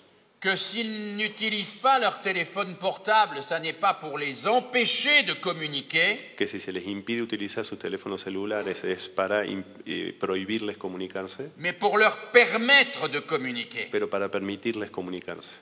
Et de communiquer avec des êtres de chair et de sang qui sont en face d'eux. Y para comunicarse con seres de carne y hueso que están frente a ellos. Et de communiquer avec des gens dont ils verront le visage, Para comunicarse con gente de los que les van a estar viendo sus caras, dont ils pourront savoir s'ils sont affectés par ce qu'on lui dit. de los que van a poder saber si están siendo afectados por lo que le están diciendo. Nous avons beaucoup d'études en France sur Tenemos les muchos effets estudios en Francia sobre los efectos de ce que l'on appelle le cyberharcèlement. de lo que se llama el ciberacoso. Le cyberharcèlement est bien pire que le harcèlement, Es mucho peor que el acoso, parce que à travers Internet, à travers le téléphone portable, porque a través de Internet, a través del teléfono celular, on se permet des violences qu'on ne se permettrait jamais si la personne était en face de vous. se permiten violencias que no se permitirían nunca si esa persona estuviera frente a nosotros. Et on se permet de dire des choses approximativement, Y se permite decir cosas aproximativamente, sans réfléchir aux conséquences de ce que l'on dit et de ce que l'on fait. sin reflexionar sobre las consecuencias de lo que se dice y lo que se hace. L'école a là un rôle essentiel de contre-pouvoir. La escuela tiene ahí un rol esencial de contrapoder. Elle doit permettre que dans l'institution de la classe, Ella tiene que permitir que la institución de la clase, del aula, chacun comprenne les normes nécessaires à l'apprentissage. cada uno pueda comprender las normas necesarias para el aprendizaje. Et cela, bien sûr, va être facilité Y eso va a ser facilitado par l'organisation de rôles. por la organización de roles. Je l'ai évoqué tout à l'heure. Es lo que mencioné recién. Je vais le préciser actuellement. Voy a precisarlo un poco ahora. Et j'étais dans une classe maternelle il y a quelques mois. Hace algunos meses estuve en un aula de jardín Et il y avait là une petite fille de 4 ans y ahí había una niña de 4 años qui me dit qu'elle était responsable du bocal à poissons rouges. Du bocal avec les poissons rouges dedans. que ella era la responsable de una pecera con un pececito rojo. Et elle me dit, avec beaucoup d'assurance, Me dijo con mucha seguridad que comme elle est responsable du bocal à poissons rouges, que como esa era su responsabilidad, elle peut empêcher les grands même s'ils sont très grands, de venir mettre des saletés dans le bocal à poisson rouge. que podían pedirle a los grandes, a pesar de que sean muy grandes, ¿sí?, de venir a meter el dedo en esa pecera. Elle a parfaitement compris, cette petite fille, Ella entendió perfectamente que l'autorité, c'est le corollaire de la responsabilité. que la autoridad era el corolario de la responsabilidad. Je suis capable de veiller sur le bocal à poisson rouge, donc j'ai autorité sur le bocal à poisson Si rouge. yo soy capaz justamente de velar por la seguridad de eso, entonces me transformo en autoridad sobre eso. Dans une société démocratique, le En- pouvoir, En una sociedad democrática, el poder, comme le dit le philosophe Claude Lefort, doit rester toujours vide. Le lieu du pouvoir est vide. como lo dice un filósofo, el lugar del poder siempre tiene que estar vacío. Et dans la classe, le lieu du pouvoir doit rester vide. Y en el aula, el lugar del poder tiene que permanecer vacío. Personne n'exerce le pouvoir dans la classe. Nadie ejerce poder en la clase, en el aula. Ni le maître, ni les élèves un peu plus forts ou un peu plus chahuteurs. Ni el maestro, ni los alumnos, ni los mejores alumnos, ni los peores. Dans la classe, il s'exerce des autorités et non pas du pouvoir. En la clase lo que ejercemos son autoridades y no poderes. Et l'autorité, elle est liée à la responsabilité de chacun. Y la autoridad está relacionada con la responsabilidad de cada uno. Quand quelqu'un est capable d'exercer une responsabilité Cuando alguien es capaz de ejercer una responsabilidad au service du groupe, al servicio del grupo, alors le groupe lui donne autorité. entonces el grupo le da autoridad. Le maître a autorité parce qu'il a la responsabilité de l'apprentissage collectif. El maestro tiene la autoridad justamente porque él tiene la responsabilidad del aprendizaje colectivo. Et là, nous touchons un point très important, Y aquí tocamos un punto muy importante, qui est que le pouvoir n'a pas sa place entre les élèves dans la classe. es que el poder no tiene lugar entre los alumnos en el aula. Un élève ne doit pas avoir le pouvoir sur un autre élève, Un alumno no puede tener poder sobre otro alumno, mais il peut avoir une autorité liée à un rôle qu'il exerce dans la classe. pero puede tener una autoridad que está ligada a un rol, a un papel que tiene que jugar en esa aula. Et cela permet à l'enfant de sortir de la toute-puissance Y eso permite al alumno que salga de esta idea de lo todopoderoso et de comprendre que sa responsabilité et son autorité sont au service du collectif. lo cual le va a permitir comprender que su autoridad y que su responsabilidad están al servicio de lo colectivo. Je suis convaincu que des enfants très difficiles, des adolescents très difficiles, Estoy convencido de que niños o adolescentes muy difíciles, qui sont en révolte contre l'autorité, que están en permanente rebeldía contra la autoridad, peuvent retrouver le véritable sens de l'autorité si on leur donne des responsabilités. pueden encontrar el verdadero sentido de la autoridad si se les da responsabilidades. Une des plus belles expériences que j'ai effectuées dans ma carrière, Una de las más lindas experiencias que yo he realizado en mi carrera ça a été de confier la responsabilité d'enfants handicapés es de confiarle la responsabilidad de niños con discapacidad à des adolescents particulièrement difficiles et certains étaient même presque délinquants. a adolescentes con dificultades y algunos eran casi delincuentes.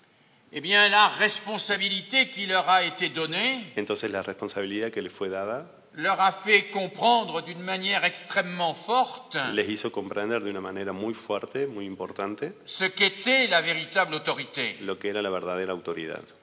C'est la protection, c'est l'accompagnement, Es la protección, es el acompañamiento, c'est l'accomplissement d'une mission au service de tous. es cumplir una misión al servicio de todos. De la même manière, il m'est arrivé de proposer systématiquement De la misma forma, me pasó también tener que proponer sistemáticamente à des adolescents qui faisaient des études en informatique a adolescentes que hacían estudios en informática d'apprendre l'informatique à des personnes âgées. de enseñarles informática a personas con cierta edad. Dans des maisons de retraite, par Por exemple. ejemplo, en centros de jubilados. Ça a été formidable pour les adolescents, mais aussi pour les personnes âgées. Esto ha sido, digamos, formidable tanto para los adolescentes como para los más los más adultos. Ces los más personnes chicos. âgées ont découvert qu'avec l'informatique, elles pouvaient communiquer à distance, voir des pays qu'elles ne connaissaient pas. Los más viejos pudieron descubrir que podían a través de la informática comunicarse con países muy lejanos. Et ces adolescents ont découvert qu'avec l'informatique, on pouvait faire autre chose que des jeux violents. Y los adolescentes descubrieron que con la informática se podía hacer otras cosas diferentes de juegos violentos. Et ces personnes âgées ont même interrogé les adolescents sur les jeux qu'ils faisaient et Y leur estas ont parlé de personas cela. y estos adultos, digamos, también los interrogaban a estos adolescentes sobre estos juegos que ellos creaban y Et ces adolescents qui n'avaient jamais parlé de ce qu'ils faisaient sur Internet, de ce qu'ils allaient voir sur YouTube avec leurs parents ou avec leurs professeurs, y estos adolescentes que nunca quizás habían hablado ni con sus padres ni con sus docentes sobre lo que iban a hacer en Internet o sobre YouTube, ils se sont mis à parler avec ces personnes âgées qui sont devenues de véritables amis. se pusieron a hablar con estas personas mayores que fueron, digamos, se transformaron en verdaderos amigos de estos Et adolescentes. ils se sont mis à parler de ce qu'ils trouvaient sur Internet, de pourquoi ils étaient moins seuls quand ils utilisaient Internet, etc. Y empezaron a contar lo que encontraban en Internet y por qué se sentían menos solos cuando hacían esto en Internet. Ceci me paraît très important. Dès lors Esto me qu'on parece muy importante. on donne une responsabilité, je crois qu'on construit du collectif A partir del momento en que damos responsabilidades, construimos lo colectivo et on crée les conditions de l'émergence d'une société solidaire. y creamos las condiciones para la emergencia de una sociedad solidaria. Mais il y a peut-être une autre condition dans la classe También tenemos quizás otra condición en el aula pour passer de l'individuel au collectif. para poder pasar de lo individual a lo colectivo. C'est une condition qui a été particulièrement repérée et explorée par Anton Makarenko. Es una de las condiciones que fue, digamos, identificada y trabajada por Makarenko. Makarenko, quand il a recueilli les enfants dans la colonie Gorky, Cuando él juntó a los alumnos en esta colonia Gorky il les a organisés dans ce qu'il appelait des détachements. y él los organizó en lo que él lo llamó un poco una clasificación. Ces détachements étaient pour certains destinés à organiser la vie quotidienne de la colonie, les repas, Para algunos era organizar la vida cotidiana de la colonia, las comidas, aller chercher du bois dans la forêt. ir a buscar leña al bosque, etc. Et d'autres détachements étaient consacrés à des apprentissages, la lecture, Para otros era la lectura, los L'escriture, aprendizajes, la escritura, l'arithmétique, etc. la aritmética, etc. Et il s'est aperçu très vite que dans ces groupes, les rôles se figeaient. Y lo que él identificó es que en esos grupos los roles se fijaban rápidamente. C'est-à-dire que les leaders étaient toujours les leaders Es decir, que el líder era siempre el líder et que ceux qui obéissaient étaient toujours les mêmes. y que los que obedecían eran siempre los mismos. Moi-même, dans mes premiers travaux universitaires, Yo mismo en mis primeros trabajos universitarios, j'ai beaucoup étudié la manière dont les enfants travaillent en groupe. yo mismo estudié mucho la manera en que los alumnos trabajan en grupo. J'ai observé des milliers de groupes d'enfants au travail. Observé miles de grupos de niños trabajando. Et je me suis aperçu que quand des enfants ont une tâche à faire, une réalisation à faire, Y yo me di cuenta que cuando los alumnos tienen una tarea o una realización que tienen que conseguir, eh bien, il se met spontanément en place une division du travail. ellos ponen espontáneamente una división o se imponen espontáneamente una división del trabajo. Si on demande à des enfants de faire un panneau sur un pays, Si le pedimos que hagan un cuadro sobre un país, celui qui a des images va les apporter, el que tiene imágenes va a aportarlas, celui qui sait dessiner va dessiner, el que sabe dibujar va a dibujar, celui qui sait écrire va écrire, el que sabe escribir va a escribir, celui qui n'a pas d'image, qui ne sait pas dessiner et qui ne sait pas écrire, il ne va rien faire. el que no sabe ni dibujar, ni tiene imágenes, ni sabe escribir, no va a hacer nada. Et heureusement qu'il ne fait rien, Y felizmente que no haga nada, parce que s'il faisait quelque chose, le panneau serait raté. y si hiciera algo seguramente el cuadro va a ser un desastre. Et ne croyez pas que cela ne fonctionne que dans les groupes d'enfants. No crean que eso funciona solamente en el grupo de niños. Cela fonctionne aussi dans les groupes d'enseignants, Eso también pasa en los grupos de docentes, qu'ils soient en formation ou qu'ils soient en activité. ya sea que estén en formación o en actividad. Il y a toujours une répartition qui s'effectue très vite Hay siempre una repartición, una distribución que se hace muy rápido entre les concepteurs qui donnent les ordres, entre los conceptores que dan las órdenes, les exécutants qui exécutent les ordres, los ejecutores que ejecutan las órdenes les chômeurs qui ne font rien y los que no hacen nada. et les gêneurs dont on cherche à se débarrasser. Y los molestos de los que tratamos de sacarlos del grupo. Alors, vous voyez bien que la coopération dont on parle en éducation Entonces n'est vemos bien pas spontanée. que la cooperación de la que tanto hablamos en educación no es espontánea. La coopération, elle se construit avec l'accompagnement de l'enseignant. La cooperación se tiene que construir con el acompañamiento del docente. C'est la raison pour laquelle Makarenko avait insisté sur un point fondamental dans la colonie Gorky. Es por eso que Makarenko había insistido sobre un punto fundamental en esa colonia. Tous les rôles et toutes les fonctions doivent toujours tourner. Todos los roles y todas las funciones deberían rotar permanentemente. Ce n'est jamais le même qui commande.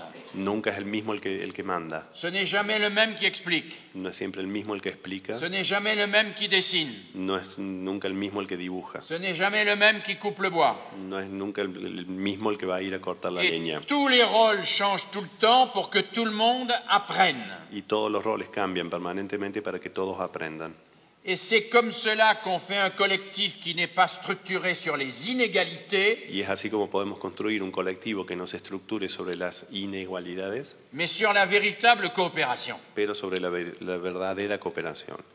Alors, j'en viens au défi numéro 3, Llegamos al desafío, al tercer dans le desafío, prolongement de ce que nous avons dit jusqu'à présent encore, digamos, siguiendo un poco la línea con lo que venimos diciendo hasta ahora. et qui est un défi très important au regard de la montée des prothèses technologiques que nous voyons apparaître beaucoup aujourd'hui et dont j'ai déjà parlé. Y que tiene mucho que ver con la aparición de las prótesis informáticas de las que venimos hablando un poquito hasta ahora. La caractéristique de ces prothèses technologiques, La característica de estas prótesis tecnológicas c'est qu'elles nous propulsent en permanence dans l'immédiateté. es que nos llevan, nos conducen permanentemente hacia la inmediatez. Il faut répondre tout de suite Hay que responder de inmediato et il faut être le plus rapide possible. y hay que ser lo más rápido posible. L'invention de la télévision La invención de la televisión n'a pas été l'invention déterminante. no ha sido una invención determinante. L'invention déterminante, c'est l'invention de la télécommande. Lo determinante fue la invención del control remoto. L'invention de la télécommande, c'est l'invention de ce que j'ai appelé un phallus high-tech. La invención justamente del control remoto es lo que él llamó el phallus. Un phallus, le phallus, la toute-puissance, le phallus, c'est le sexe. El falo High-tech. high-tech. Le phallus high-tech, c'est la toute-puissance. Es decir, lo todopoderoso. Je peux couper la parole à qui je veux quand je veux. Puedo interrumpir a quien quiera cuando quiera. Si ça ne m'intéresse pas, je coupe et je change de chaîne. Si no me interesa, corto o cambio de canal.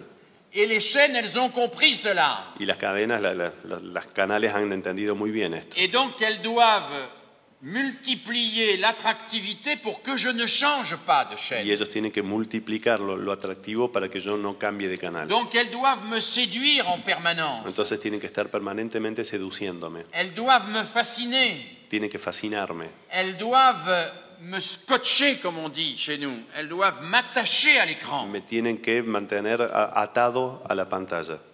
Et si elles ne m'attachent plus à l'écran, je vais changer de chaîne, je vais ailleurs. Porque si no lo hacen voy a cambiar de canal y voy a buscar por otro lado. Alors l'élève qui arrive en classe, il arrive avec une télécommande greffée au cerveau. Y entonces el alumno que llega al aula llega con un control remoto pegado a la cabeza. Et il se dit, c'est vraiment dommage qu'ici on ne puisse pas changer de chaîne. Y acá hay un problema y dice, es realmente lamentable que yo acá no pueda cambiar de canal. Parce qu'il a l'habitude que si c'est difficile, si on s'ennuie, Porque tiene el hábito de que si es difícil, si lo aburre, si c'est pas complètement séduisant du premier coup, si no es seductor desde el primer momento, il faut qu'il change de chaîne. hay que cambiar de canal. Il ne va pas continuer à être attentif No va a continuar prestando atención para ver pour voir la suite. lo que sigue. pour tenter de comprendre la suite. para intentar entender lo que sigue. S'il ne comprend pas ou si ça ne lui plaît pas, il change. Si no lo entiende o si no le gusta, cambia. Et nous avons là un phénomène qui est extrêmement fort et que j'ai pu mesurer dans mes travaux. Tenemos un fenómeno que es muy fuerte y que yo he podido medir, dimensionar en mis trabajos. C'est la diminution de la capacité d'attention linéaire des enfants à l'école. La disminución de la capacidad de atención lineal de los alumnos en la escuela. Là où un élève, il y a 50 ans, pouvait faire un exercice comme un puzzle pendant 15 minutes, Mientras que hace unos 50 años un alumno podía realizar una actividad durante 15 minutos, aujourd'hui, il va rester à faire cela 3 à 4 minutes, hoy lo va a hacer durante 3 o 4 minutos, en moyenne. en promedio. Les filles vont rester plus longtemps que les garçons, Las niñas lo van a hacer durante más tiempo que los niños. pour une raison compliquée que je n'ai pas le temps d'expliquer, Por una razón complicada que no tengo tiempo de explicar ahora. mais dans la discussion, si vous voulez. Pero después, si quieren, en la discusión sí. Donc, il y a chez les enfants qui arrivent dans nos classes Entonces tenemos en los niños que llegan a nuestras aulas, une forme d'impulsivité permanente. tenemos una forma de impulsividad permanente. Moi-même, après avoir dirigé un institut de formation des maîtres, Yo mismo, después de haber dirigido un instituto de formación de maestros, j'ai repris une classe primaire. retomé una clase en la escuela primaria. Et j'ai été très surpris de voir Y estuve muy sorprendido cuando vi qu'en 20 ans où je n'avais pas enseigné dans l'école primaire, que en los 20 años en los que no había dado clases en la escuela primaria, il y avait eu une augmentation prodigieuse había habido un aumento prodigioso de l'agitation, de agitación, de l'excitation, de la excitación, de la dispersion, de dispersión, de l'incapacité à se fixer sur un objet d'attention. de la incapacidad de fijarse en un objeto con atención. Et là, il y a un vrai problème qu'engendrent nos sociétés Y aquí tenemos un verdadero problema que engendra nuestra sociedad, qui vont très vite que van demasiado rápido, et qui mettent l'école dans une situation difficile. que ponen a la escuela en una situación difícil, Parce que l'école n'est pas le lieu de la vitesse, c'est le lieu de la décélération. porque la escuela no es un lugar de la velocidad, sino de la desaceleración. Ce n'est pas le lieu du réflexe, c'est le lieu de la réflexivité. No es el lugar del reflejo, sino de la reflexividad. J'ai beaucoup appris dans ce domaine d'un pédagogue polonais, Janusz Korczak. Aprendí mucho de un pedagogo polaco, Korczak. C'est un pédagogue qui, pendant l'espace entre la guerre de 14-18 et la guerre de 39-45, a fondé plusieurs orphelinats. Es un pedagogo que fundó muchos orfelinatos en el espacio de entre las guerras en Et Europa. dans ces orphelinats, il recueillait des enfants particulièrement violents. Y él recibía niños particularmente violentos. Et il ne comprenait pas, il ne savait pas comment les empêcher d'être violents. Entonces no sabía cómo, impedir que sean tan violentos. Alors, il leur a fait des beaux discours pour leur dire qu'il fallait se calmer. Y le dio lindos discursos diciéndoles que se tenían que calmar, Mais ça n'avait pas beaucoup d'effet. pero esto no tenía casi ningún efecto. Alors, un jour, il a imaginé un système Entonces un día imaginó un sistema qui consistait à donner des points de bagarre. que consistía en dar en puntos de pelea. Tous les lundis matins, il donnait 10 points de bagarre à tous les élèves. Todos los lunes él le daba 10 puntos de pelea a todos los alumnos. Et si l'élève avait une grosse bagarre, il enlevait 4 points. Si tenían una gran pelea, le sacaba 4 puntos. S'il avait une moyenne bagarre, il enlevait 3 points. Une Si petite era una bagarre, pelea 2 points. promedia, 3. Si era una pequeña pelea, 2. S'il y avait une insulte, il enlevait 1 point. Si insultaba, era un punto menos. Alors, ça a marché un peu, ce système. El sistema funcionó un poco, Parce que Korczak, dans son cahier, dans son journal, porque Korczak en su diario, écrit les enfants commencent à réfléchir avant de se battre. los alumnos empiezan a pensar, a reflexionar antes de pelearse, Ce qui est pas mal, hein? lo que ya era bastante bueno. Mais le système n'a pas bien fonctionné sur la durée. Pero a lo largo del tiempo no continuó funcionando bien el sistema. Parce que les élèves qui ne se battaient pas revendaient leurs points à ceux qui voulaient se battre. Porque los que no se peleaban revendían sus puntos a los que querían pelearse. Alors, il y avait un trafic de points dans l'orphelinat. Entonces había un tráfico de puntos en el orfelinato. Donc il a abandonné le système. Abandonó ese sistema. Et un jour, il a réuni tous les orphelins Entonces un día lo juntó a todos los niños. et il leur a dit, à partir d'aujourd'hui, A partir de hoy, les dijo, a partir de hoy, vous pourrez taper sur n'importe qui autant que vous voulez. a partir de hoy le pueden pegar a quien quieran, la cantidad de veces que quieran. Mais à une condition, Pero con una única condición. c'est de prévenir l'intéressé par écrit 24 heures à l'avance. Es de avisar al interesado 24 horas, con 24 horas de anticipación. Par écrit, hein, Por escrito, ¿eh? par écrit. Alors, les enfants se sont évidemment inquiétés. Et certains lui ont dit, mais je ne sais pas écrire. Digamos, me empezaron a preocuparse porque algunos le dijeron, bueno, yo no sé escribir. Alors Korczak a dit, c'est pas grave, je vais servir d'écrivain public. No hay problema, dice, yo voy a servir de escritor público, de escribano público. Tu vas venir m'expliquer et Vas a venir a explicarme y a decirme, me dire la lettre que tu vas écrire à celui que tu veux frapper. me vas a dictar la carta que vos le querés destinar a aquel al que le querés pegar. Et tu vas expliquer pourquoi tu veux le frapper. Y vas a explicar por qué le querés pegar. Alors évidemment, il y a beaucoup de lettres qui ne sont pas écrites. Evidentemente muchas cartas no fueron escritas, Parce que quand la colère est passée, il n'y a plus de raison de s'exciter. porque cuando digamos, el momento de cólera pasó ya no había necesidad de Mais il y a des excitarse. lettres qui sont réellement écrites Pero hubo cartas que fueron realmente escritas et qui sont mises dans la boîte aux lettres des bagarres. y que digamos, las pusieron en el buzón de peleas. Et le soir, à la veillée, Korczak sort quelques lettres de la boîte des bagarres Y a la noche Korczak sacaba algunas cartas del buzón, et il les anonyme, bien sûr, anónimas, obviamente, et il les lit aux enfants qui sont là. y se las leía de forma anónima a los niños que estaban ahí. Et il leur demande qu'est-ce qu'ils en pensent. Y les preguntaba lo que pensaban sobre el contenido de esas cartas. Lui ne porte pas de jugement. Él no hacía ningún tipo de sentencia, de juzgamiento sobre ese contenido. Lui, il dit simplement, voilà ce qui a été écrit, qu'est-ce que vous en pensez, qu'est-ce qu'on peut en dire. Digamos, simplemente lo que él decía es miren lo que han escrito, qué podemos decir a partir de esto. Et dans l'immense majorité des cas, toutes les raisons, évidemment, qui ont été données sont des raisons qui s'annulent. Digamos, todas las razones que se daban para esos casos de violencia se anulaban naturalmente. Alors après cela, Korczak va lire aux enfants des histoires, parce que c'est un écrivain pour la jeunesse, Korczak aussi. Y después Korczak lo que hizo fue leerles cuentos o historias que estaban previstas para jóvenes. Él es también el escritor.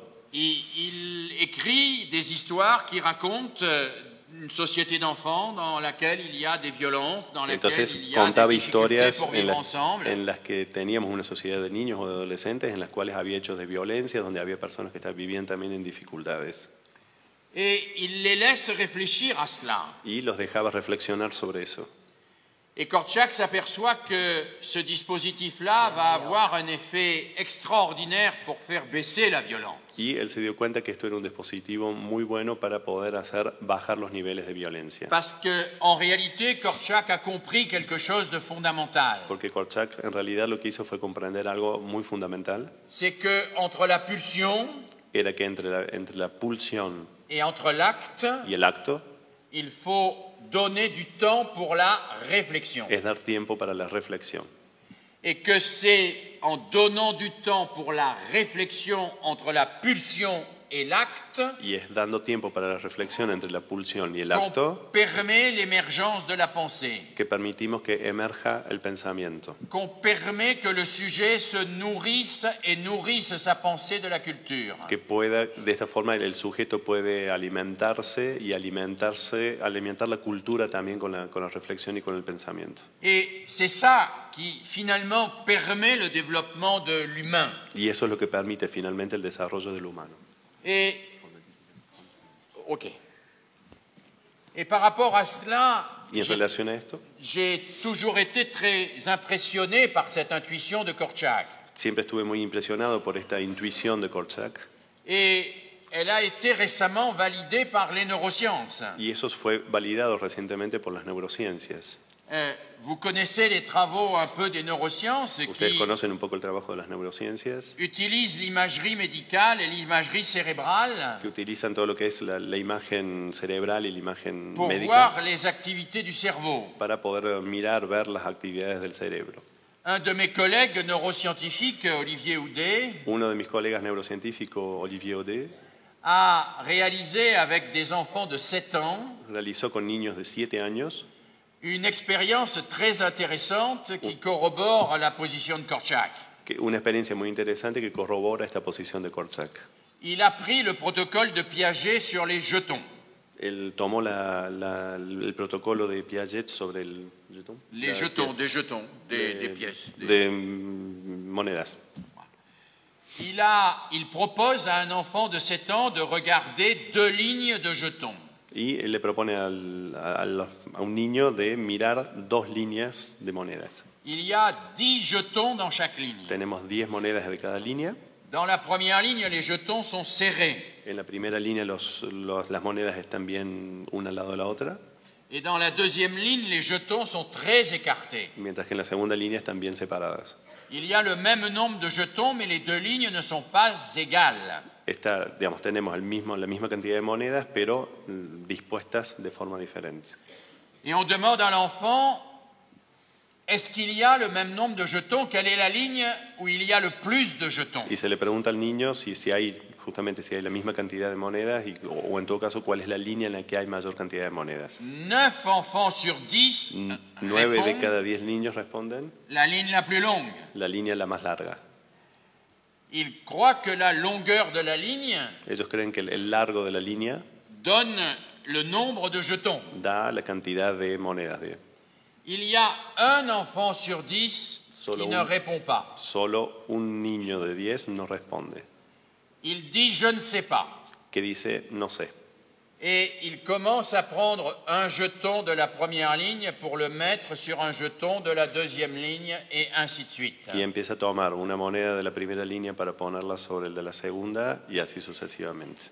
Il va vérifier quel est le nombre de jetons et s'il y a le même nombre de jetons. Lo que va a hacer es verificar que haya exactamente la misma cantidad de monedas. Alors quand on fait faire cette expérience à des enfants sous IRM, sous résonance magnétique, Cuando le hacemos hacer esta experiencia bajo un sistema de resonancia magnética, on voit que l'enfant qui va faire l'expérience fonctionne complètement différemment des autres. vemos que ese alumno que va a realizar la experiencia funciona de una manera completamente diferente de los otros. Il met en route son cortex frontal, Él va a poner en funcionamiento la parte frontal de su córtex, c'est-à-dire la partie qui est la plus avancée dans l'histoire du cerveau de l'Homo sapiens. es la parte partie la plus récente. la más reciente y la más avanzada del Homo sapiens. Et ce cortex frontal va interdire la réaction immédiate. Y eso es lo que va a impedir la reacción inmediata, On dit qu'il va inhiber la réaction immédiate. va a inhibir la reacción inmediata. Et il va commander à l'enfant de vérifier. Y es lo que le va a pedir al niño que verifique. Alors les neurosciences nous montrent ça et nous le voyons à travers les images, La neurociencia nos muestra esto y lo vemos a través de las imágenes, mais les neurosciences ne nous donnent pas un interrupteur pour déclencher le cortex frontal. pero las neurociencias no nos dan un interruptor para activar el córtex frontal. Les neurosciences nous disent simplement il faut que l'enfant fasse une expérience et vérifie par lui-même.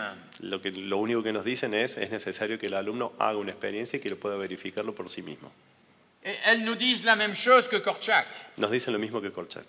Elles nous disent entre la pulsion, Nos dicen que entre la pulsión, la réponse immédiate, la respuesta inmediata, le caprice el capricho et puis le désir vrai, y después el deseo la real, décision, la decisión, la recherche de la vérité, la búsqueda de la verdad, il faut un espace, Hay un espacio, es necesario un il espacio. faut un sursis. Necesitamos un aplazamiento. Et l'école, la classe, c'est le travail sur le sursis. Y la escuela o el aula es el trabajo justamente sobre este aplazamiento. Je ne dis pas à l'enfant de renoncer à son impulsion. Yo no le digo, no le pido al niño que renuncie a su Je la pulsión. reconnais, cette impulsion, je sais qu'elle est là, Yo la reconozco, sé que está ahí, mais je lui demande d'attendre, de réfléchir, Pero de le pido- débattre, de discuter, de s'informer, le pido que espere, que piense, que reflexione, que se documente, d'anticiper les conséquences de son acte, que pueda anticipar las consecuencias de su acto, de telle manière à agir non pas sous l'impulsion, sous la pulsion, de vite, tal forma que pueda rapidement, reaccionar no sobre la pulsión rápido, mais d'agir quand il aura réfléchi. pero de accionar cuando haya reflexionado sobre todo esto. Korczak pouvait parfaitement dire à ses enfants je vous autorise à vous bagarrer.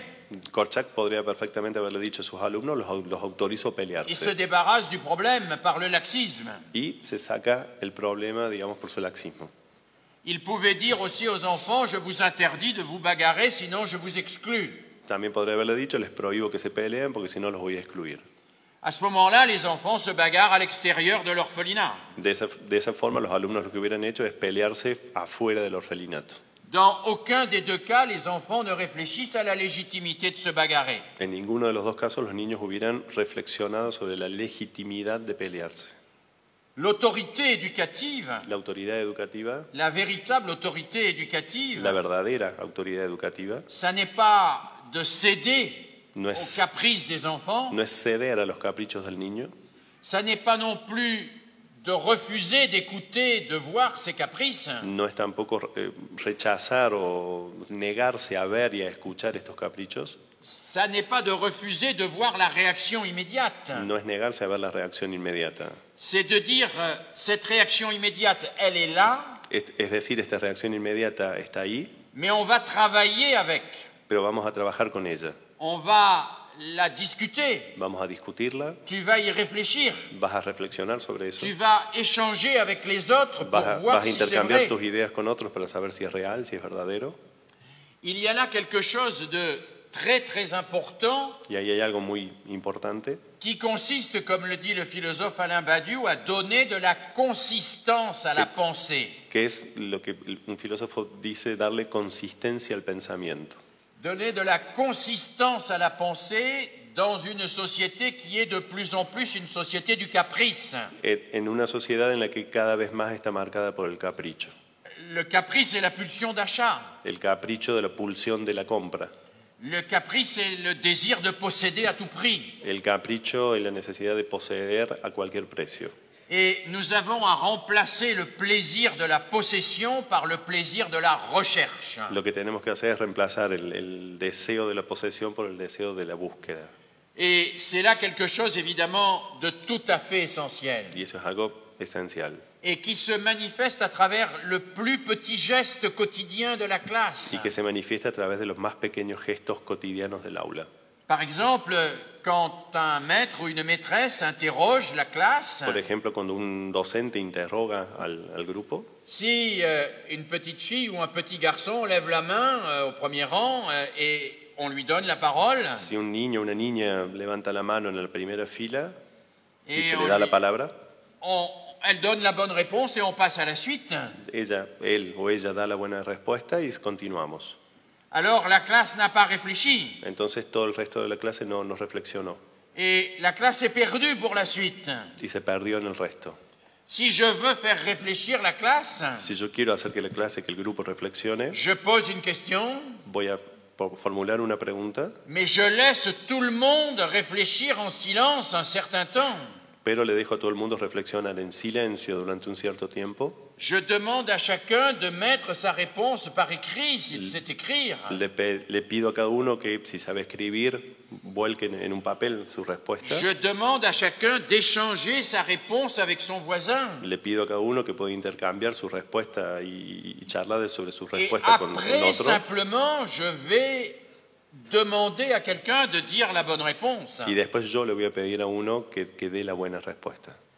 Et donc je perds du temps, Y ahí estoy perdiendo tiempo. je décélère, Yo estoy desacelerando. je laisse du temps pour la pensée, pour la méditation, pour la réflexion. Dejo tiempo para el pensamiento, para la reflexión, para la Je laisse meditación. du temps pour la construction des images mentales.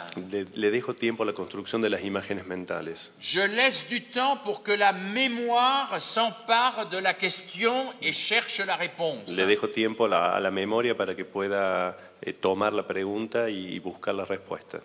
Et cela est évidemment très important, Y eso es muy importante, même si nous avons parfois le sentiment que nous n'avons pas le temps de le faire. a pesar de por ahí tener la sensación de que no tenemos el tiempo para hacerlo de esta forma.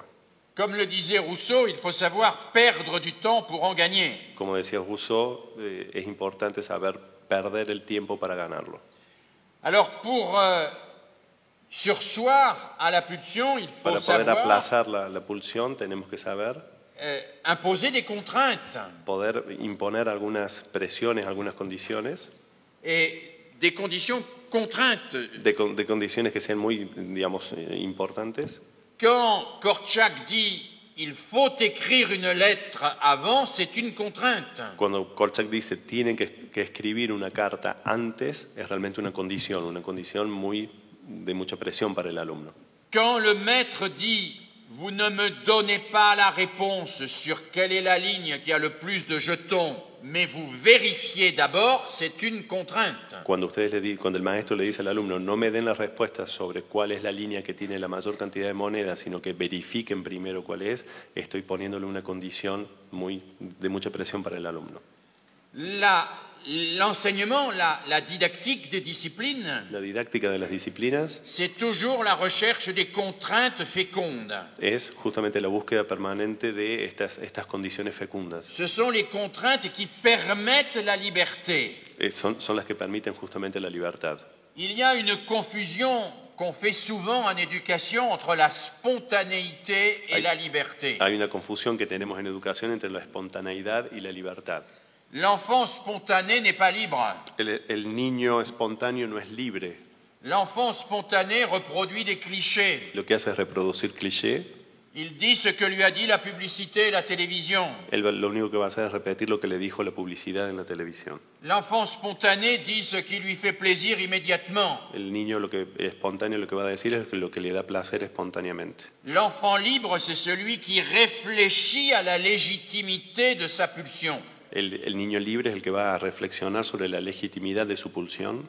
C'est l'enfant à qui l'on va dire Es el niño al que le vamos a decir, j'entends ce que tu veux, mais prends le temps d'y réfléchir, d'y penser, de consulter, de regarder, de t'informer. escucho lo que dices, pero tómate tu tiempo para reflexionar, para buscar, para informarte. Et cette contrainte féconde, nous avons à l'inventer tous les jours. Y esto lo tenemos que estar reinventándolo permanentemente. C'est pas une contrainte pour avoir la paix, pour être tranquille en classe. No es algo que busquemos para estar tranquilos o para tener paz C'est en une el aula. contrainte pour permettre à chaque enfant de se dépasser Y es para que cada alumno pueda realmente superarse. et de ne pas rester dans l'immédiateté, dans le pulsionnel. Y para que pueda salir de la inmediatez, de lo pulsional. Alors ceci, bien sûr, comme nous l'avons dit tout à l'heure, nécessite des rituels. Como lo dijimos recién, esto necesita también de rituales. Et ces rituels ont pour fonction d'inverser la dispersion. Y esto es invertir la dispersión. Nous sommes dans la dispersion, nos enfants sont dans la dispersion permanente. Nuestros alumnos están en la dispersión permanente. Nous avons besoin de les aider à se concentrer, à se focaliser. Nosotros necesitamos ayudarlos a focalizarse, a concentrarse en algo. Et c'est l'objet des situations d'apprentissage, Y bien ese sûr. es el objeto de las situaciones de aprendizaje, obviamente. Et ces situations d'apprentissage seront d'autant plus efficaces Y esas situaciones van a ser especialmente o particularmente eficaces que l'on développera avec l'enfant des activités de métacognition. si podemos desarrollar con el alumno actividades de metacognición. La métacognition, c'est un terme compliqué pour dire une chose très simple. La metacognición es un término complicado para decir algo muy simple. C'est quelle est la différence entre ce que tu as fait et ce que tu as appris. es simplemente cuál es la diferencia entre lo que dijiste y lo que aprendiste. Beaucoup Entre lo que de- hiciste y lo que aprendiste. Beaucoup de travaux en France portent sur ce point Muchos trabajos en Francia tratan este tema. et montrent que les enfants des milieux populaires, les élèves difficiles, Muestra que muchos de los alumnos de medios, digamos, populares, los alumnos difíciles, se fixent sur ce qu'ils ont à faire se fijan más en lo que tienen que hacer et pas du tout sur ce qu'ils ont à apprendre et à comprendre. y no tanto sobre lo que tienen que aprender o comprender. C'est-à-dire qu'ils font le travail, Es decir, hacen el trabajo, parfois en le copiant sur un voisin, algunas veces quizás copiándolo de un vecino, parfois en le bâclant, muchas veces haciéndolo mal o rápido, mais jamais en cherchant à comprendre. pero nunca tratando de comprender. C'est la raison pour laquelle je dis toujours aux enseignants, Es por esto que yo siempre le digo a los docentes, après chaque séquence d'apprentissage, después de cada secuencia de aprendizaje, posez 2 questions à chaque élève. planteen 2 preguntas a sus alumnos. Qu'est-ce qu'on a fait ¿Qué hicimos et qu'est-ce que tu as appris précisément à cette occasion? y qué es lo que aprendiste precisamente en esta ocasión? Et je propose que les élèves aient un cahier des apprentissages, Y lo que yo ahí necesito es que el alumno esté realmente anclado en sus aprendizajes, même s'il y écrit maladroitement les choses. a pesar de que puede escribir mal lo que sea. Je propose qu'après chaque séquence d'apprentissage, il écrive ce qu'il a appris Lo que yo propongo es que después de cada secuencia de aprendizaje pueda escribir lo que aprendió, et qu'il l'écrive avec ses mots à lui, qu'il que l'écrive lo pueda ce escribir qu'il a compris. con sus propias palabras, lo que él realmente comprendió. Et je propose que le maître regarde et travaille avec chaque élève sur son livret des apprentissages, sur son carnet des découvertes. Y que el docente pueda mirar junto con el alumno esto, lo que sería su libro de descubrimientos. Je propose que chaque enfant ait un livre des découvertes qu'il remplisse tous les jours. Cada niño va a ser un cuaderno de descubrimientos que se va a enriquecer todos los días, Où il découvre des choses nouvelles, en donde va a estar descubriendo permanentemente des cosas choses nuevas, qu'il a apprises et qu'il ne savait pas. de cosas que aprendió que no sabía. C'est ma grand-mère qui m'a appris ça. Es mi abuela la que me enseñó esto. Elle m'a dit, tous les soirs avant de te coucher, Ella me dijo todas las noches antes de acostarte, tu dois te ressouvenir des 3 choses que tu as apprises dans ta journée. te tienes que acordar de 3 cosas que hayas aprendido en el día. Eh bien, je pense que ce serait très important de faire ça tous les jours avant de partir de l'école. Pienso que sería muy interesante hacer eso todos los días antes de salir de la escuela. Tous les jours, quand on a fait une séquence d'apprentissage, se contraindre, s'astreindre à écrire ce qu'on a découvert de nouveau. De alguna forma obligarse a, cada vez que terminamos una secuencia de aprendizaje, a escribir lo que hemos aprendido. La 4e piste que je voudrais développer avec vous, et je vais être un peu plus rapide, La cuarta pista que quería desarrollar con ustedes, voy a ir un poco más rápido, c'est le passage de l'expression spontanée dont je viens de parler à l'entrée dans une véritable culture. es el paso justamente de la expresión espontánea al acceso o a la entrada a una verdadera cultura. Je préfère le terme entrée au terme accès parce qu'il ne s'agit pas d'accéder à des objets culturels, mais d'accéder à une démarche culturelle. Prefiero por ahí la palabra entrada a la cultura porque eso hace pensar más en no simplemente el acceso a, sino también a entrar en un proceso cultural.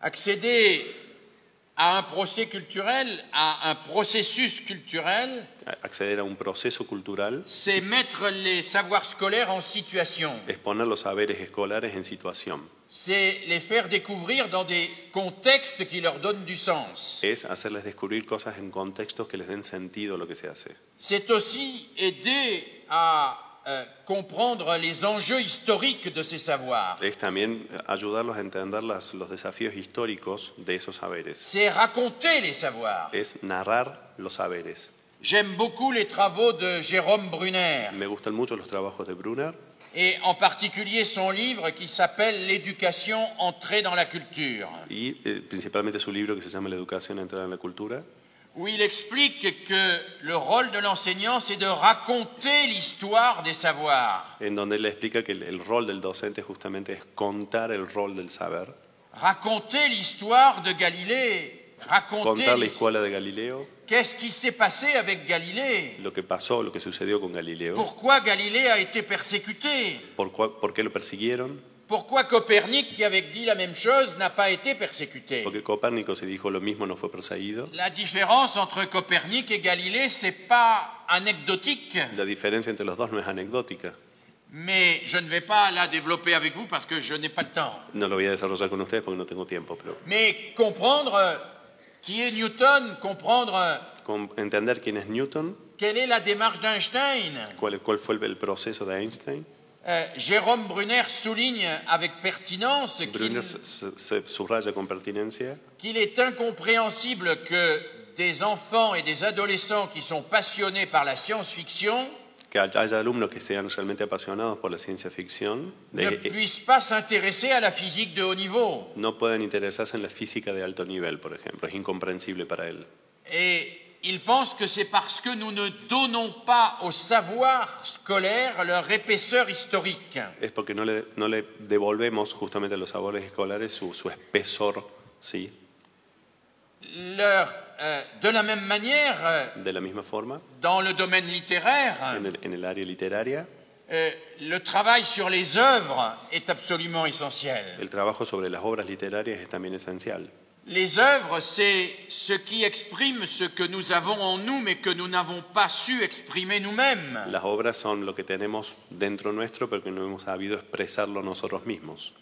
Quand nous lisons un roman, quand nous lisons un poème, quand nous écoutons un opéra, Cuando leemos una novela, cuando escuchamos una ópera o leemos una novela, nous voyons transfigurer par l'art notre propre psychisme, notre propre pensée, nos propres angoisses, nos propres espérances. nosotros vemos ahí debemos reflejar nuestras propias esperanzas, nuestras propias angustias, nuestra psiquis. Quand je raconte un conte à des enfants, Cuando les cuento un cuento a los niños, ils entendent dans ce conte des choses qui les préoccupent profondément. escuchan en ese cuento cosas que les preocupan profundamente. Mais je vais les lui raconter pour qu'ils se sentent reliés aux autres hommes et aux autres enfants. Pero se los voy a contar justamente para que se sientan vinculados con los otros hombres y con los otros niños. C'est la raison pour laquelle je dis souvent que la culture, c'est ce qui relie ce que chacun a de plus intime Es por eso que yo digo que la cultura es lo que justamente sirve para vincular lo que cada uno tiene como más íntimo avec ce qu'il y a de plus universel. con lo que sea más universal. Ma peur, elle est extrêmement intime. Mi miedo es extremadamente íntimo, Mon angoisse, elle est intime. mi angustia es íntima, Ma joie, elle est intime. mi alegría también es íntima, Mais la manière dont Mozart pero la ou forma en que dont Mozart Machado o Machado l'exprime, lo c'est expresan universel. es universal Ou ça peut être universel. o puede ser universal. Alors, bien sûr, pour cela, il faut aussi aller un peu plus loin et Para eso tenemos que ir un poco más lejos, aider les enfants qui ont rencontré des œuvres à créer eux-mêmes des œuvres. ayudar a los alumnos que han encontrado obras a crear obras.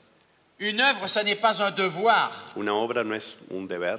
Un devoir, on le rend, il est noté. Un deber, bueno, nos lo entregan, se le pone una S'il nota. est mauvais, il a une mauvaise note. C'est la pédagogie bancaire de Paulo Freire. Es un poco la pedagogía bancaria de Freire, lo recibe, es malo, se le pone una mala nota y listo. Une œuvre est quelque chose que l'on travaille, que l'on retravaille, que l'on remet en chantier jusqu'à ce qu'on ait atteint ce qu'on estime être la perfection. Una obra, por el contrario, es aquello que se va a estar permanentemente retrabajando y revisando hasta tanto se llegue a un nivel que se lo considere casi un nivel de perfección.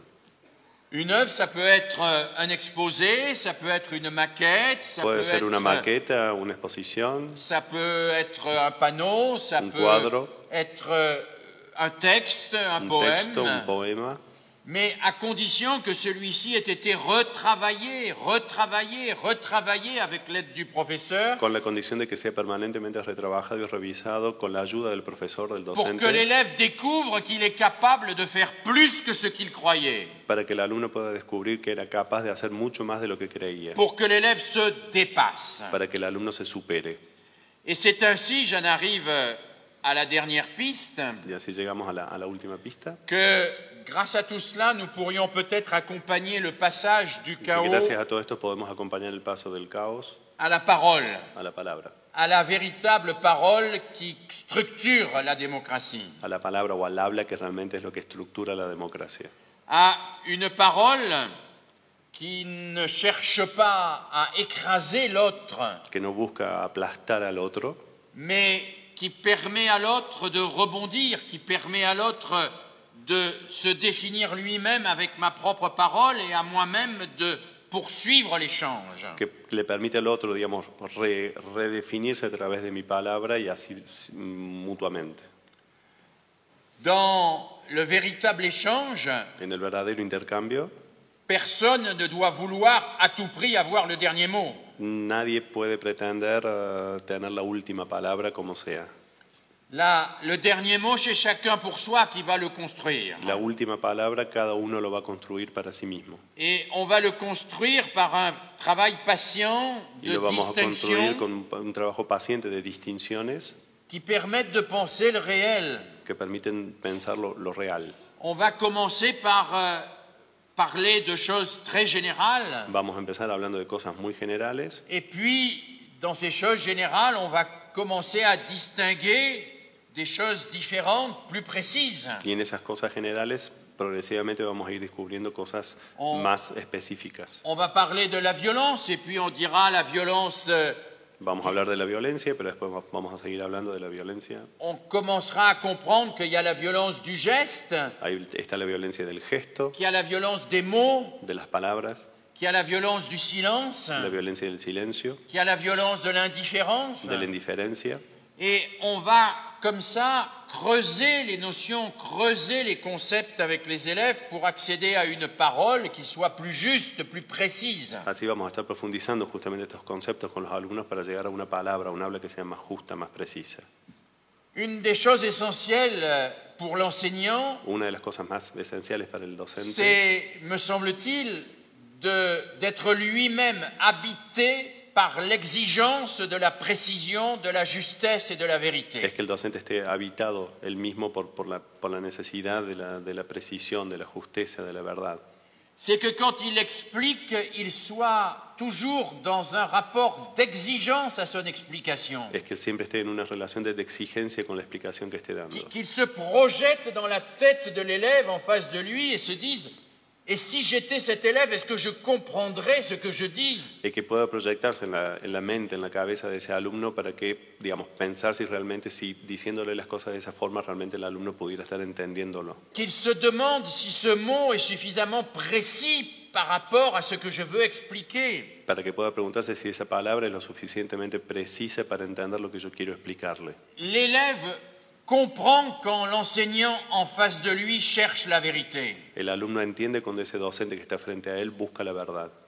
Il comprend quand l'enseignant a un rapport au savoir qui est un rapport d'exigence. Él entiende que, digamos, cuando el docente tiene esa relación con el saber, que es una relación de exigencia. Et l'élève comprend très bien, au contraire, quand Y el alumno entiende también muy bien, en le el caso professeur contrario, lui transmet des savoirs sur lesquels le transmite saberes il n'a aucune exigence et pour lesquels il a perdu tout intérêt. sobre el cual no tiene ninguna exigencia y sobre el cual no tiene tampoco ningún interés.